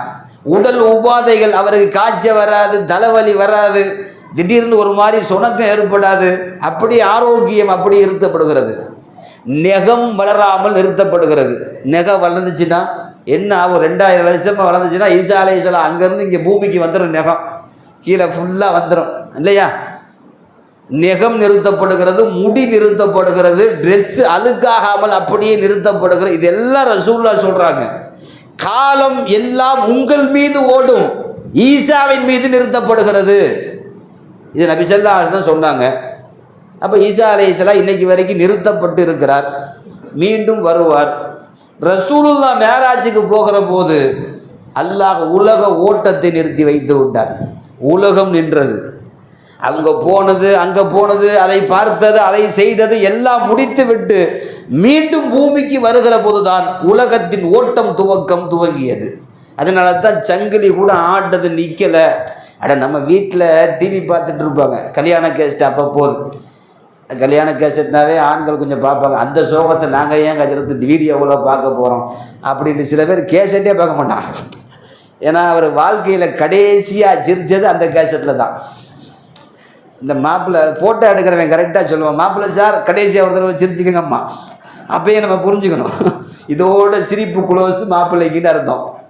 அந்த பொண்ணு பார்த்துருப்பீங்க, மேலே தாய்மார்கள் இருக்கிறாங்க, பொண்ணு பார்த்துருப்பீங்க, கல்யாணம் முடித்த உடனே ஒரே அழுக. மாமியார் வீட்டுக்கு போகிறப்ப தெரியும், ஒரே அழுக, கட்டி பிடிச்சி அழுக. மாப்பிள்ளை சிரிச்சிட்டு இருப்பான், அவர் நடக்கிறது என்னன்னு தெரியாமல் அவர் சிரிச்சுட்டே இருப்பார், பொண்ணு அழுதுகிட்டே இருக்கும். என்ன தெரியுமா, மாப்பிள்ளைக்கு இன்னைக்கு கூட சிரிப்பு கடைசி, பொண்ணுக்கு அழுக கடைசி. இனி அழுகத்தான் வைக்கும். என்ன அந்த மாதிரி என்ன சொல்லுவாங்க. அன்பானவர்களே, நபி ஸல்லல்லாஹு அலைஹி வஸல்லம் இந்த மாதிரி சில விஷயங்களை எல்லாம் இந்த மேராஜுடைய விஷயங்களில் சொல்லி அவங்க போயிட்டு திரும்ப வர்ற வரைக்கும் அல்லாஹ் உலகத்தை நிறுத்திட்டான். நம்ம இந்த கல்யாண கேசட்டில் வந்தார் இல்லையா, சில நேரங்களில் அந்த கேசட் போட்டு பார்த்துட்டு இருப்பார், டிவியில் இதில் பார்ப்பார். பார்த்துட்டு இருக்கிறப்ப திடீர்னு யாராவது வந்துட்டாங்கன்னா அதில் அப்படியே நிற்கிற பட்டன், அப்படி ஸ்டாப்பிடு பட்டன், சாப்பிட அமுத்துவார், அப்படி நிற்கும். பந்தி போடுறவன் நிற்பான், சாப்பிட்றவன் வாயை திறந்த மணிக்கே நிற்பான், தண்ணி ஊற்றிக்கிட்டே இருப்பான் இல்லையா, எல்லாம் அப்படி ஸ்டாப்பிடு. இவர் வருவார், வந்தோடனே பேசுவாங்க, பேசி முடிச்சுட்டு அப்புறம் எப்படி இருக்கீங்க, என்ன வந்தீங்க, அப்படி எல்லாம் பேசிட்டு ஒரு அரை மணி நேரம் கழிச்சு போயிட்டு வரேன் ஆஜியார்னு போவார். அப்புறம் திரும்ப ப்ளே பண்ணுவார். ஓடுறவன் அங்கேருந்து ஓடுவான், வாயை திறந்தவன் அப்போ சாப்பாடு வைப்பான், தண்ணி ஊற்றுறவர் அப்போ தான் தூக்குவார், எல்லாம் முடியும் இல்லையா. இந்த அரை மணி நேரம் அப்படி நின்னது, மற்ற எல்லாம் நடந்துச்சு, அது மட்டும் நின்றுச்சு. அதே மாதிரி தான் மேராஜிற்கு போகிற போது பெருமானார் பூமிக்கு வருகிற வரை அல்லாஹ் உலகத்தின் ஓட்டத்தை நிறுத்தி வைத்தான். அங்கு எல்லாம் நடந்தது, சந்திப்புகள் நடந்தது, பேச்சுவார்த்தை நடந்தது, சொர்க்கம் நரகம் எல்லாம் நடந்தது. பூமி ஸ்டாப்புடு. இப்போ நமக்கு நல்லா புரியும், ஏன்னா நம்ம இன்னைக்கு இன்டர்நெட்டுகள் இருக்கக்கூடிய காலத்திலே வாழுகிறோம். இதெல்லாம் சாத்தியம்தான் புரிகிறது. நபி ஸல்லல்லாஹு அலைஹி வஸல்லம் போயிட்டு வந்ததுக்கு பிறகு காஃபிர்கள் எல்லாம் கேட்டாங்க, எப்படி சாத்தியம், பைத்துல் முகத்தஸ் எப்படி இருக்குன்னு சொல்லுங்க. ஏன்னா அவங்கெல்லாம் போயிட்டு வந்தவங்க, ரசூலுல்லாஹ் இது வரைக்கும் போகலை. பைத்துல் முகத்தஸுக்கு எத்தனை கதவுன்னு சொல்லுங்க. நபி ஸல்லல்லாஹு அலைஹி வஸல்லம், ஏன்னா போகிறவங்க ஜன்னல் இல்லாமல் எண்ணிட்டு இருப்பாங்க. நம்மளும் எத்தனையோ தடவை ஹரமுக்கு உம்ராவுக்கு போகிறோம், காபத்துல்லாவில் எத்தனை தூண் இருக்குன்னு சொல்லுங்கன்னா நம்ம என்ன எண்ணிக்கிட்டே உட்காந்துருக்க முடியும், காபாவில் எத்தனை தூண் இருக்கிறது. நம்ம நிறைய தடவை போயிட்டு வந்திருப்போம். ஆனால் அவன் கேட்டான் எத்தனை ஜன்னல்னு சொல்லுங்க. நபி ஸல்லல்லாஹு அலைஹி வஸல்லம் கொஞ்சம் அப்படி இருந்தபோது ஜிப்ரீல் அலைஹிஸ்ஸலாம் நேரடியாக பைத்துல் முகத்தஸ் அப்படி கண்ணு முன்னாடி காட்டினாங்க. கண்ணு முன்னாடி ரசூல் ஸல்லல்லாஹு அலைஹி வஸல்லம் வந்த ஜன்னல்களை எண்ணி சொன்னார்கள், இத்தனை ஜன்னல். கம்பி எத்தனைண்டா, கம்பி காட்டப்படுகிறது. கம்பி அஜரத்து கம்பி கட்டுற கதையெல்லாம் சொல்லிட்டு இருக்கிறாரு நினைக்க வேண்டாம், இது உண்மை. எங்கேயோ நடக்குது கிரிக்கெட்டு, அங்கே உட்காந்து கையில் எதுவுமே கிடையாது, கைபேசியில் லைவில் பார்க்குறாரு, லைவ் ப்ரோக்ராம் ஓடிட்டு இருக்கு. அங்கே நடக்கிறது இங்கே பார்க்குறாரு, அதை பெருசுப்படுத்துறாரு, ஜூம் பண்ணி பார்க்குறாரு, யார் யார் இருக்கான்னு பார்க்குறாரு. ஏதோ ஒரு நாட்டில் நடக்கிறத இவர் இங்கே உட்காந்து பார்க்குறாரு. ஆனால் ஜிப்ரீல் அலைஹிஸ்ஸலாம் காட்டினாங்கன்னா அதை எப்படி காட்டியிருக்க முடியுங்கிறாரு. நபி ஸல்லல்லாஹு அலைஹி வஸல்லத்துக்கு நேரடியாக அப்படியே காட்டப்பட்டது. ஒவ்வொன்றையும் பதில் சொன்னார்கள்.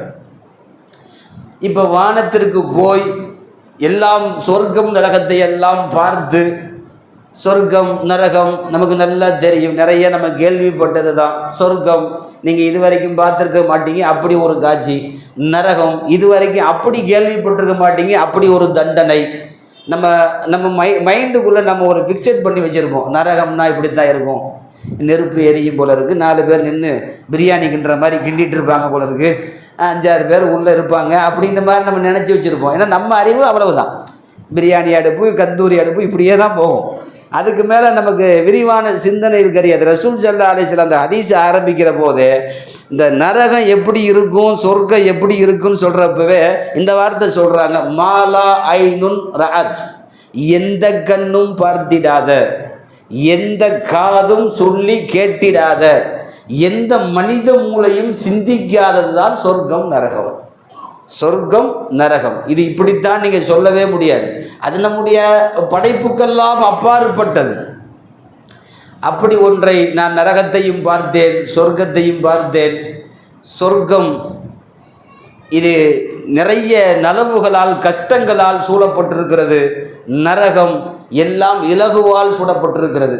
பாவம் செய்கிறது ரொம்ப ஈஸி, நன்மை செய்கிறது தான் கஷ்டம் இல்லைங்க. பாவம் செய்கிறது ரொம்ப ஈஸி, நன்மை செய்கிறது தான் கஷ்டம். ஆனால் அந்த நன்மையை நம்ம அதை செய்யறதுக்கு கஷ்டமாக இருக்கிறதுனால ஈஸியாக இருக்கிற பாவத்தை செஞ்சுட்டு போயிடும். நன்மைகளை கொண்டு அல்லாஹ் சொர்க்கத்தை போர்த்தினான், தீமைகளை கொண்டு நரகத்தை போர்த்தினான். சொர்க்கத்துக்கு ஒரு மலக்கு காவலாளி, அவருக்கு ரில்லுவான்னு பேர். நரகத்துக்கு ஒரு மலக்கு காவலாளி, அவருக்கு மாலிக்குன்னு பேர். அவர் சம்பந்தமாக நிறையா வருது. நரகத்திற்கு உள்ள என்ட்ரி ஆகிறப்பவே எல்லாருமே சலாம் சொன்னாங்க. முதல் வானத்துக்கு போகிறப்பவே அப்படித்தான். யார் வந்திருக்கா? முகமது வந்திருக்கிறாரு. அனுமதி இருக்கா? ஆமாம் அனுமதி இருக்கு.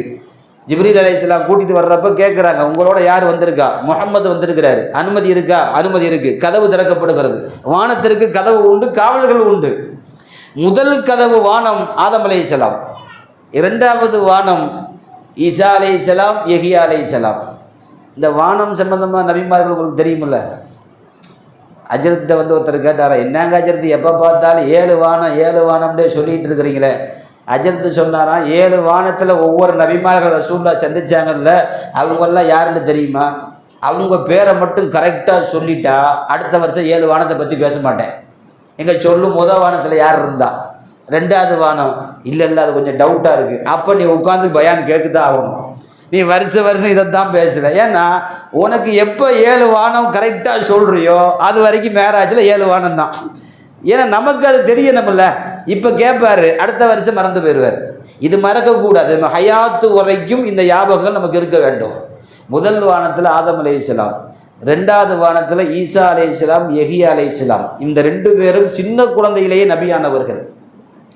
3வது வானத்தில் யூசுப் அலைஹிஸ்ஸலாம், 4வது வானத்தில் இத்ரீஸ் அலைஹிஸ்ஸலாம், 5வது வானத்தில் மூசாவுடைய தம்பி ஹாரூன் அலைஹிஸ்ஸலாம், 6வது வானத்தில் மூசா அலைஹிஸ்ஸலாம், 7வது வானத்தில் தான் இப்ராஹிம் அலைஹிஸ்ஸலாம். இந்த முதல் வானமும் 7வது வானத்தில் மட்டும்தான் ரசூலுல்லாஹ் உள்ள நுழையிறப்ப யா இப்னி, ஏ மகனே வான்னு கூப்பிட்டாங்க. ஏன் தெரியுமா?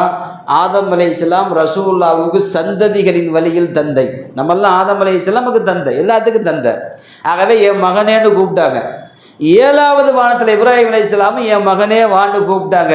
ஏன்னா ரசூலுல்லாஹ்வுடைய பரம்பரை இப்ராஹிம் அலைஹிஸ்ஸலாமுடைய பரம்பரையிலிருந்து தான் கனெக்டடு. ஆகவே பரம்பரையின் மூலம் இப்ராஹிம் தந்தை. உங்கள் குர்பானி எப்படி என்று கேட்டபோது சுன்னத் அபீக்கும் இப்ராஹிம், எங்களுடைய தந்தை இப்ராஹிமுடைய வழிமுறை என்று அப்போதும் தந்தை என்று தான் சொன்னார்கள். ஆதம் பிறப்பு வழி தந்தை, இப்ராஹிம் பிறப்பு வழியாக இந்த பரம்பரை வழியாக தந்தை என்று சொல்வார்கள் ஸல்லல்லாஹு அலைஹி வஸல்லம். மற்ற நபிமார்கள்லாம் யா அஹி, சகோதரரே என்று கூப்பிட்டார்கள். இந்த முதல் வானமும் 7வது வானமும் மட்டும்தான் தந்தைகளை கொண்டு நிரப்பப்பட்டது. 7 வானங்களை தாண்டி சந்தித்தார்கள், போனார்கள். பிறகு வர்றப்ப தான் நீங்கள் எல்லாம் பிரபலியமாக கேட்டிருப்பீங்க. முடிவுக்கு வந்துடலாம். மூசா அலைஹிஸ்ஸலாம் ரொம்ப தீர்க்கதரிசி, ரொம்ப முக்கியமான ஆள். அவரை இந்த நைட்டில் நினைவு கூறாமல் நம்ம முடிக்கவே கூடாது. ஏன்னா பெரிய உபகாரம் பண்ணிட்டு போயிட்டார். கொஞ்சம் நெஞ்ச உபகாரம்லாம் கிடையாது. தொழுகை எத்தனைங்க? நான் ஜும்மா கூட பேசினேன். 50 வக்து. 50 வக்தோட ரசூலுல்லாஹ் பூமிக்கு வந்திருந்தாங்கன்னா ஒரு பயிலும் சொர்க்கம் போக முடியாது. எங்கே 5 வக்துக்கே இங்கே திண்டாடிட்டு இருக்கு. 50 வக்துன்னா அல்லாஹு அக்பர் கணக்கு பண்ணுங்க. காலையில் ஃபஜ்ர்லேருந்து கரெக்டாக ஒரு 6 மணி நேரத்தில் லுஹரு, அங்கேருந்து ஒரு 3 மணி நேரம் ட்ராவல் பண்ண அசரு, அசர்லேருந்து 1.25 மணி நேரத்தில் மக்ரீபு, மக்ரீப்லேருந்து ஒரு 2 மணி நேரத்தில் இஷா. ஒரு நாளைக்கு இந்த ட்ராவலிங்லேயே தொழுக முடியல. 50 வக்துன்னா ஃபஜ்ர் முடித்த உடனே அடுத்து டீ குடிச்சோடனே தொழுக, அப்புறம் பாத்ரூம் போயிட்டு வந்தோடனே தொழுக, மனைவியை பின்னாடி வர சொல்லி நாஸ்தா துண்டுட்டு அங்கேயே தொழுக. ஒரு பையனும் வியாபாரத்துக்கு போக முடியாது, வெளியே போக முடியாது. வாழ்நாள் ஃபுல்லாக ஏத்திக்காப்பு தான். இல்லை உண்மையே இல்லையா? 50 வக்தை நீங்கள் பிரித்து பாருங்க. ஒரு நாளைக்கு 24 மணி நேரம். 50 வக்து பிரித்தா அடுத்த நாள்லேருந்து ஒரு 2 மணி நேரம் கடை வாங்க வேண்டியிருக்கு. 50 வக்து. அல்லாஹு அக்பர். ரசூலுல்லாஹ்வுக்கு 50 ஈஸி, வாங்கிட்டாங்க. ஒன்றுமே சொல்லலை, வாங்கியாச்சு. இந்த வர்ற வழியில் நல்ல வேலைக்கு ஜிப்ரீல் அதே வழியில் கூட்டிகிட்டு வந்தார். கொஞ்சம் வேறு வழியில் கூட்டிகிட்டு வந்திருந்தாருன்னா பொழப்பு செத்துருக்கும். 6வது வான வழியை வர்றப்ப மூசா அலைஹிஸ்ஸலாத்துக்கு ஆரம்பத்திலிருந்தே ஒரு ஆசை. என்ன தெரியுமா? அல்லாஹ்வை பார்க்கணும், அல்லாஹ்வை பேசணும் அப்படின்ட்டு ஆசை. அது நடக்கலை. இப்போ நபி ஸல்லல்லாஹு அலைஹி வஸல்லம் அல்லாஹ்வை பார்த்துட்டு வர்றாங்க இல்லையா? அதனால கொஞ்சம் போய் நின்று அல்லாஹ் உனக்கு என்ன கொடுத்தான், நபி ஸல்லல்லாஹு அலைஹி சொன்னாங்க, எனக்கு இந்த தொழுகை கொடுத்தான், இப்படியெல்லாம் தொழுகணுமா, எனக்கு தொழுகை கொடுத்துருக்கான். எவ்வளவு கொடுத்தான்? 50 வக்து. பொதுவாக நம்ம எவ்வளவு தான் பெரிய ஆளாக இருந்தாலும் அந்த அனுபவம்ங்கிறது ஒருத்தவங்களுக்கு இருக்கு பாருங்க. மூசா அலைஹிஸ்ஸலாம் ரொம்ப அனுபவசாலி. ஏன்னா பெரிய பெரிய ஆளெல்லாம் பார்த்தவங்க, பெரிய பெரிய நம்ரூதை பார்த்தாங்க, ஃபிரௌனை பார்த்தாங்க, ஹாமானை பார்த்தாங்க, பெரிய பெரிய ஆளெல்லாம் ட்ராவல் பண்ணிட்டாங்க. பொதுவாக யூதர்களை வச்சு உம்மத்தில் வந்தவங்க மூசா அலைஹிஸ்ஸலாம் கேட்காத கேள்வியெல்லாம் கேட்டான், படுத்தாத பாடெல்லாம் படுத்தி வச்சா மூசா அலைஹிஸ்ஸலாத்தை. அல்லாஹு அக்பர். உங்களுக்கு வரலாறுலாம் தெரியும். அவ்வளவு தூரம் கஷ்டப்படுத்தப்பட்ட உம்மத்து மூசா அலைஹிஸ்ஸலாம் கேட்டாங்க, 50 வக்து கண்டிப்பாக உம்மத்து தொழுவாது, கன்ஃபார்மாக தொழுகாது. ஏன்னா நான் ஒரு அனுபவத்தை சொல்கிறேன். நம்ம சொல்கிறோம் இல்லையா, தம்பி இதில் போகாத, அனுபவம் சொல்கிறேன் கேளு அப்படின்னு சொல்கிறப்பவே நம்ம தெரிஞ்சுக்குவோம், எங்கே இவர் பட்டிருக்கிறாரு, ஏதோ ஒரு பெருசாக வாங்கியிருக்கிறாரு, அதனால கரெக்டாக சொல்கிறாரு. அனுபவ பாடம் தப்பாகாது. அதனால அனுபவத்தில் சொன்னால் கேட்கணும்பாங்க. மூசா அலைஹிஸ்ஸலாம் பட்டவர், எல்லாம் பட்டு திருந்தியவர். சொன்னார், உம்மத்து கன்ஃபார்மாக தொழுவார், நீ திரும்ப போய் அல்லாட்ட குறைக்கிறதுக்கு வழி பண்ணு. நம்ம தொழுதுருவோம், உம்மத்து தொழுகணும்ல. நபி ஸல்லல்லாஹு அலைஹி வஸல்லம் கொஞ்சம் ஆமாம் 50 கொஞ்சம் அதிகமாக தான் தெரியுது போல இருக்கு அப்படின்னு திரும்ப போனாங்க. திரும்ப போயிட்டு அல்லாட்ட போய் திரும்ப போய் அல்லாட்ட முன்னாடி போய் நின்று கொஞ்சம் கம்மி பண்ணுற மாதிரி அல்லாஹ் தஆலா 5 தூக்குனான், 45 வச்சுக்கோ. நபி ஸல்லல்லாஹு அலைஹி வஸல்லம் திரும்ப வந்துட்டாங்க. ஏங்க இது 1 இல்லை 2 இல்லை 9 தடவை திரும்ப திரும்ப போய் கடைசி 5 மிஞ்சுது. அப்பையும் மூசா அலைஹிஸ்ஸலாம் சொன்னாங்க, திரும்பவும் போயிட்டு வந்துட்டீங்கன்னா கொஞ்சம் குறையும், இதையும் தொழுக மாட்டானுவ. கரெக்டாக சொல்லியிருக்கிறாரு மூசா அலைஹிஸ்ஸலாம். உண்மையிலேயே அனுபவஸ்தம் தான். மூசா அலைஹிஸ்ஸலாம் சொன்னாங்க, கன்ஃபார்மாக தொழுக மாட்டான், போயிட்டு வந்துடுங்க. நபி ஸல்லல்லாஹு அலைஹி வஸல்லம் சொன்னாங்க, 9 தடவை நான் போயிட்டு வந்துட்டேன், இதுக்கு மேலே போகிறதுக்கு எனக்கு வெக்கமாக இருக்குது. பக்கத்து இஸ்தஹி, நான் வெக்கப்படுறேன்.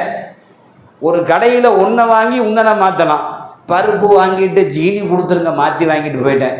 அப்புறம் ஜீனியை கொடுத்துட்டு, இல்லை ஜீனி வேணாம் உப்பு கொடுங்க. அடுத்து நம்ம போனோம்னா அவன் உப்பு தர மாட்டான், சப்புன்னு கைநத்தில் வைப்பான். நான் உனக்கு இதே வேலையாக போச்சா, மாற்றிட்டே இருப்பியா, எனக்கு வேற வேலை இல்லையா, கேட்பமா கேட்க மாட்டோமா? 9 தடவை போய் மாற்றிட்டு 10ஆவது தடவையும் போங்கங்கிறாங்க மூசா அலைஹிஸ்ஸலாம். நபி ஸல்லல்லாஹு அலைஹி வஸல்லம் வெக்கமாக இருக்குன்னு சொல்கிறாங்க. உங்கள் மெயின் செட்லாம் எங்கே இருக்குன்னு எனக்கு தெரியுது. ஒரு தடவை 10ஆவது தடவையும் மூசா அலைஹிஸ்ஸலாம் சொன்ன மாதிரி போயிருக்கலாம், ஒரு ஃபஜ்ராவது கட்டாயிருக்கும். சும்மா போகாமல் வந்து 5 வக்து எவ்வளவு கஷ்டம் தெரியுமா ஃபஜ்ர்லாம் அப்படின்னு நீங்கள் நினைக்கிறது எனக்கு காது கேட்குது இல்லையா? 9 தடவை வந்து கடைசி 5 ஸ்டாப்டு அல்லாஹ் சொல்லியே கொடுத்தான். சலுகைக்கு மேல் சலுகை செய்தது தொழுகை. இன்னைக்கு நான் ஜும்மாவில் பேசினேன். சலுகைக்கு மேல் சலுகை செய்யப்பட்டது தொழுகை. குறைத்து குறைத்து குறைத்து அல்லாஹ் சொன்னான், வக்து தான் குறைக்கப்பட்டிருக்கிறது, நன்மை குறையவில்லை. யார் இந்த 5 வக்தை தொழுவாரோ 50 நேர தொழுகையை தொழுது மாதிரி, 50 நேர தொழுகையை தொழுது மாதிரி. இங்கே வக்துகள் தான் சுருங்கி இருக்கிறது. அல்லாஹ் கொடுத்ததை திரும்ப பெற மாட்டான், நன்மை திரும்பி வராது. 50 வக்தி நன்மை அப்படியே இருக்கிறது.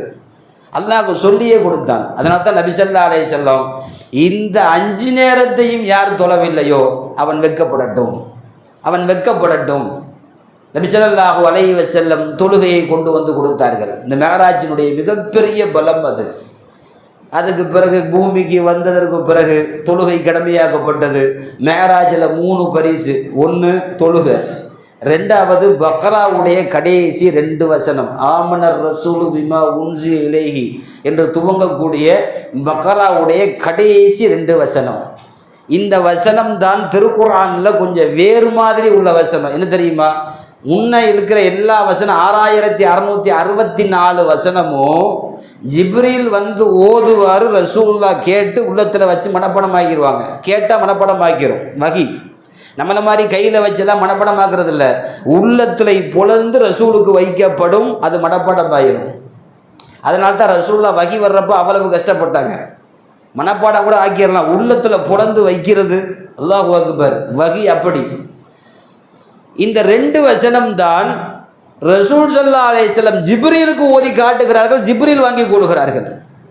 மற்ற எல்லா வசனமுமே ஜிப்ரீல் தான் ஓதுவார், ரசூலுல்லாஹ்வுக்கு அது மனப்பாடம் ஆயிரும். ஆனால் இந்த 2 வசனம் ரசூலுல்லாஹ் ஓதுறாங்க, ஜிப்ரீல் அலைஹிஸ்ஸலாம் மனப்பாடம் பார்க்குறாங்க. இப்போ இங்கே நல்லா கவனிக்கணும், இந்த 2 வசனம் ரொம்ப ஆளுமையான வசனம். மூன்று பரிசுகளில் ஒன்று தொழுகை, இரண்டாவது ஆமனர் ரசூல் என்கிற இந்த 2 ஆயத்து, மூணாவது அல்லாஹ் நமக்கெல்லாம் வாக்குறுதி கொடுத்த ஒரு வாக்குறுதி என்ன தெரியுமா? ஓ உம்மத்து, எப்போ பாவ மன்னிப்பு தௌபா கேட்டாலும் நான் மன்னிச்சிருவேன், ஷிர்கை தவிர. யா அல்லாஹ் என்னைய மன்னிச்சிருன்னு கை தூக்குச்சுன்னா மன்னிச்சிருவேன். இந்த வாக்குறுதியை எந்த உம்மத்துக்கு அல்லாஹ் கொடுக்கல, இந்த உம்மத்துக்கு தான் கொடுத்துருக்கான். அதனால பொதுவாக நம்ம ஒவ்வொரு நேரத்திலையும் யா அல்லாஹ் என்னை மன்னிச்சிருன்னு கேட்கணும். கேட்கறது அல்லாஹ்வுக்கு பிடிக்கும். இன்னைக்கு நிறைய பேர் அல்லாட்ட கேட்காதனால தான் இன்னைக்கு கண்டவன்ட்டெல்லாம் கேட்குறோம். மன்னிச்சிருங்க பாய், வீட்டில் போய் மன்னிச்சுக்கப்பா, என்னண்டே யார்கிட்டயோ மன்னிப்பு கேட்குறோம், சாரின்னு கேட்குறோம். யார்கிட்ட கேட்குறதே இல்லை, அல்லாட்ட கேட்குறதே இல்லை. ஏன்னா அவன்கிட்ட நீங்கள் மன்னிப்பு கேட்டீங்கன்னா அடுத்த ஒருத்தவன்ட்ட போய் மன்னிப்பு கேட்குற அளவுக்கு இங்கே தாழ்ந்து போகாது. அல்லாஹ் நம்மை உயர்த்தி வைப்பான். இந்த 3 வாக்குறுதிகள் தான் மேராஜிற்கு ரொம்ப முக்கியமான பரிசாக வழங்கப்பட்டது. ஒரே ஒரு செய்தி, இந்த மேராஜில் ஒரு படிப்பினைன்னு ஒன்று இருக்கா இல்லையா? பொதுவாக எல்லாமே ஒரு படிப்பினைன்னு ஒன்று இருக்கும். இந்த மேராஜில் நமக்கான படிப்பினை என்ன தெரியுமா? அதில் ஒன்று இருக்குது. ஒன்று, எவ்வளவுதான் ரசூலா இருந்தாலும், எவ்வளோ பெரிய ஆளாக இருந்தாலும், ஒரு சோதனை என்று வருகிற போது அதை தாங்க முடியாது, மனசு கலங்கிடுவோம். ஆறுதல் சொல்வதற்கு ஒரு ஆள் தேவை. அது எவ்வளோ பெரிய ஆளாக இருந்தாலும், இவர் 10 பேர்த்துக்கு ஆறுதல் சொல்லுவார், ஆனால் இவருக்கு ஒரு கஷ்டம் வர்றப்போ நொடிஞ்சு உட்காந்துருவார். பரவாயில்லைன்னு சொல்கிறதுக்கு 2 பேர் ஆறுதல் சொல்கிறதுக்கு இருந்தால் தான் இவர் அடுத்து எந்திரிச்சு ஓட முடியும். இல்லைன்னா அதே இதில் படுத்துருவார், நோயாயிருவார். ஆறுதல் சொல்ல வேண்டும், ஆறுதலுக்காக வேண்டி நீங்கள் பயணப்பட வேண்டும் என்பது குர்ஆனுடைய மேராஜுடைய வார்த்தை. ரசூலுல்லாவுக்கே ஆறுதல் தேவைப்பட்டது. அல்லாஹ் ஆறுதல் சொல்லுகிறான், வகியால் சொல்லுகிறான், அழைத்து கொண்டு போய் சொர்க்கம் நரகத்தை காட்டி சொல்லுகிறான். ஆறுதல் சொல்லுவது இந்த மார்க்கத்தில் பெரிய அமல். ஹதீஸில் வருது, ஆறுதல் சொல்லுதல். யாராவது ஒருத்தர் ரொம்ப கவலை அல்லது மவுத்து அல்லது ஏதாவது ஒரு பிஸ்னஸில் லாஸு அல்லது உடல் ரீதியான ஏதாவது ஒன்று ரொம்ப நொடிஞ்சு போய் உட்கார்ந்துருக்கிறப்ப ஆறுதல் சொல்றதுக்காக வேண்டி போறாரு பாருங்க. உலகத்தில் ஹஜ்ஜு உம்ராவுக்கு வைக்கிற 8 மாதிரி நன்மை அது.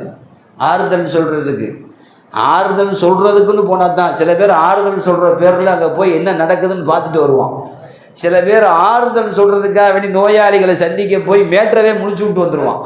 பார்த்துருக்கீங்களா? ஹஜ்ஜியார் என்ன அட்டாக்குன்னு நல்லா தான் இருந்தீங்க, உங்களுக்கெல்லாம் இது வரலாமா? அல்லாஹ் உங்களுக்கு ஒன்றும் செய்ய மாட்டான். அல்லாஹ் உங்களுக்கு ஹயாத்தில் பறக்கத்து செய்வான். நீங்கள் வலிச்சது இடது பக்கம் தானே, கொஞ்சம் பார்த்து நடந்துக்குங்க. ஏன்னா எங்கள் சச்சாவுக்கு அப்படி தான் வந்துச்சு, 3 நாளில் மௌத்தா போயிட்டாருமா. அவர் நல்லா இருந்தவர் திடீர்னு வேறுத்து திரும்ப அட்டாக் ஆகி ஐசியூவில் படுத்திருப்பார். 2 பாவி வந்து விசாரிச்சுட்டு இப்படி ஆகி விட்டு போயிட்டான். நான் சில பேர் ஹார்லிக்ஸ் பழம் வாங்குறதே ஆறுதலுக்கு, நான் ஆப்பிள் பழம் 2 ஆரஞ்சு பழம் வாங்குறதே 40 நாள் பாத்தியா பார்க்குற மாதிரி வாங்குவார்.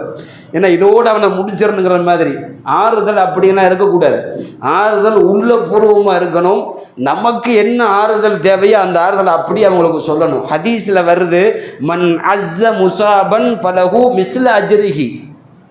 ஒரு முசீபத்து பிடிச்சி ஒரு கஷ்டத்தில் படுத்திருக்கிறவன்ட்ட போய் நீங்கள் ஆறுதல் சொல்லி பரவாயில்லை, உலகத்தில் யாருக்கு தான் நடக்கலை, எல்லாத்துக்கும் தான் உண்டு, அதெல்லாம் ஒன்றும் பிரச்சனை இல்லை, அல்லாஹ் இல்லையா பார்த்துக்குவோம், அதெல்லாம் யாரும் இல்லை, நாங்கள்லாம் கூட இருக்கோம், இப்படி ஏதாவது ஒரு பூஸ்ட் எனர்ஜி தரக்கூடிய ஒரு ஸ்டெமினாவான வார்த்தைகளை சொல்லி அவனை தூக்கி விட்டோம்னு சொன்னால் அந்த முசீபத்தில் அவனுக்கு என்ன கூலி உண்டோ அதே கூலி இவன் சொன்ன அந்த ஆறுதலுக்கு அல்லாஹ் தர்றான். ஒரே ஒரு வார்த்தை ஆறுதல். நண்பர்களே, உண்மையை சொல்லுகிறேன், ஆறுதல் சொல்றதுக்கு இன்னைக்கு யாருமே இல்லை. இன்னைக்கு ஆறுதல், ஒரு காலத்துலலாம் ஆறுதல் அவ்வளவு சொல்லுவாங்க, இன்னைக்கு ஆறுதல் சொல்றதுக்கு யாரும் இல்லை. யாரையும் நம்ம அப்படி வச்சுக்கிறது இல்லை கூட. ஏன்னா இவர் தனியாகவே இருந்து இருந்து இருந்து ஒரு காலத்தில் தற்கொலைகள் கம்மி. ஏன் தெரியுமா? அப்படி இருக்கிறவங்க கூட ஆறுதல் தடுத்து நிறுத்திடும். இன்னைக்கு தற்கொலைகள் அதிகம். காரணம், ஆறுதல் சொல்வதற்கு யாரும் இல்லை. ஆறுதல் சொல்வதும் அவர்களை தேற்றுவதும் இந்த மார்க்கத்தில் மிகப்பெரிய பலம். ஹதீஸில் வருது, யார் ஆறுதல் சொல்லுவதற்காக வேண்டி ஒரு நோய் விசாரிப்பதற்காக வேண்டி போவாரோ அவர் போய்விட்டு வருகிற வரை 2 பேருடைய பிரார்த்தனைக்கும் 70,000 மலக்குகள் ஆமீன் சொல்லுகிறார்கள். இந்த 70,000 மலக்கு எங்கே தெரியுமா? உங்களுக்கு தெரியும், ஹஜ்ஜு உம்ராவில் தவாப்பு செய்கிறப்ப ருக்குனே யமானிலிருந்து ஹஜ்ஜுல் அஸ்வத் கல் வரைக்கும் ரப்பனாத்தினா ஓதிட்டு போகிறோம் இல்லையா, அங்கே அதே 70,000 மலக்கு நிற்கிறாங்க அந்த ஆமீன் சொல்கிறதுக்காக வேண்டி. அதே மலக்கு எங்கே இருக்கார் தெரியுமா? ஒரு நோயாளியை நலம் விசாரிக்க, ஒரு மவுத்து வீட்டில் இருப்பவனை தேற்ற, அல்லது சோதனையிலே முடங்கி இருப்பவனை போய் எழுப்ப, அவன் சொல்லக்கூடிய இந்த ஆறுதலுக்காக வேண்டி அவனுடைய துவாவுக்கு ஆமீன் சொல்ல அதே காபாவில் இருக்கிற மலக்குகள் 70,000 பேர் இங்கும் இருக்கிறார்கள் என்பது சஹீஹான ஹதீஸினுடைய வார்த்தை. நான் என்ன சொல்ல வருகிறேன்? மெஹராஜ் கஷ்டத்திற்கு மேல் கஷ்டம் வந்தாலும் அல்லாஹுவை சார்ந்தவர்களுக்கு எல்லாம் நலமாக முடியும் என்பதும், எந்த கஷ்டமாக இருந்தாலும் பக்கத்திலே உள்ளவர்கள் ஆறுதலாய் 4 வார்த்தை சொன்னால் போதும் அதை தேற்ற முடியும் என்பதும் மெஹராஜில் நமக்கான பாடமும் படிப்பினையும். எல்லாம் வல்ல இறைவன் நாம் சந்தித்திருக்கிற இந்த மெஹராஜுடைய இரவை எந்தெந்த பாக்கியங்களை எல்லாம் அல்லாஹ் உள்ளே வைத்திருக்கிறானோ அதையெல்லாம் அடைந்து கொள்கிற நல்ல பாக்கியத்தை, நசீபை அல்லாஹ் நமக்கும் நம்முடைய குடும்பத்தார்களுக்கும் தந்தல் புரிவானாக.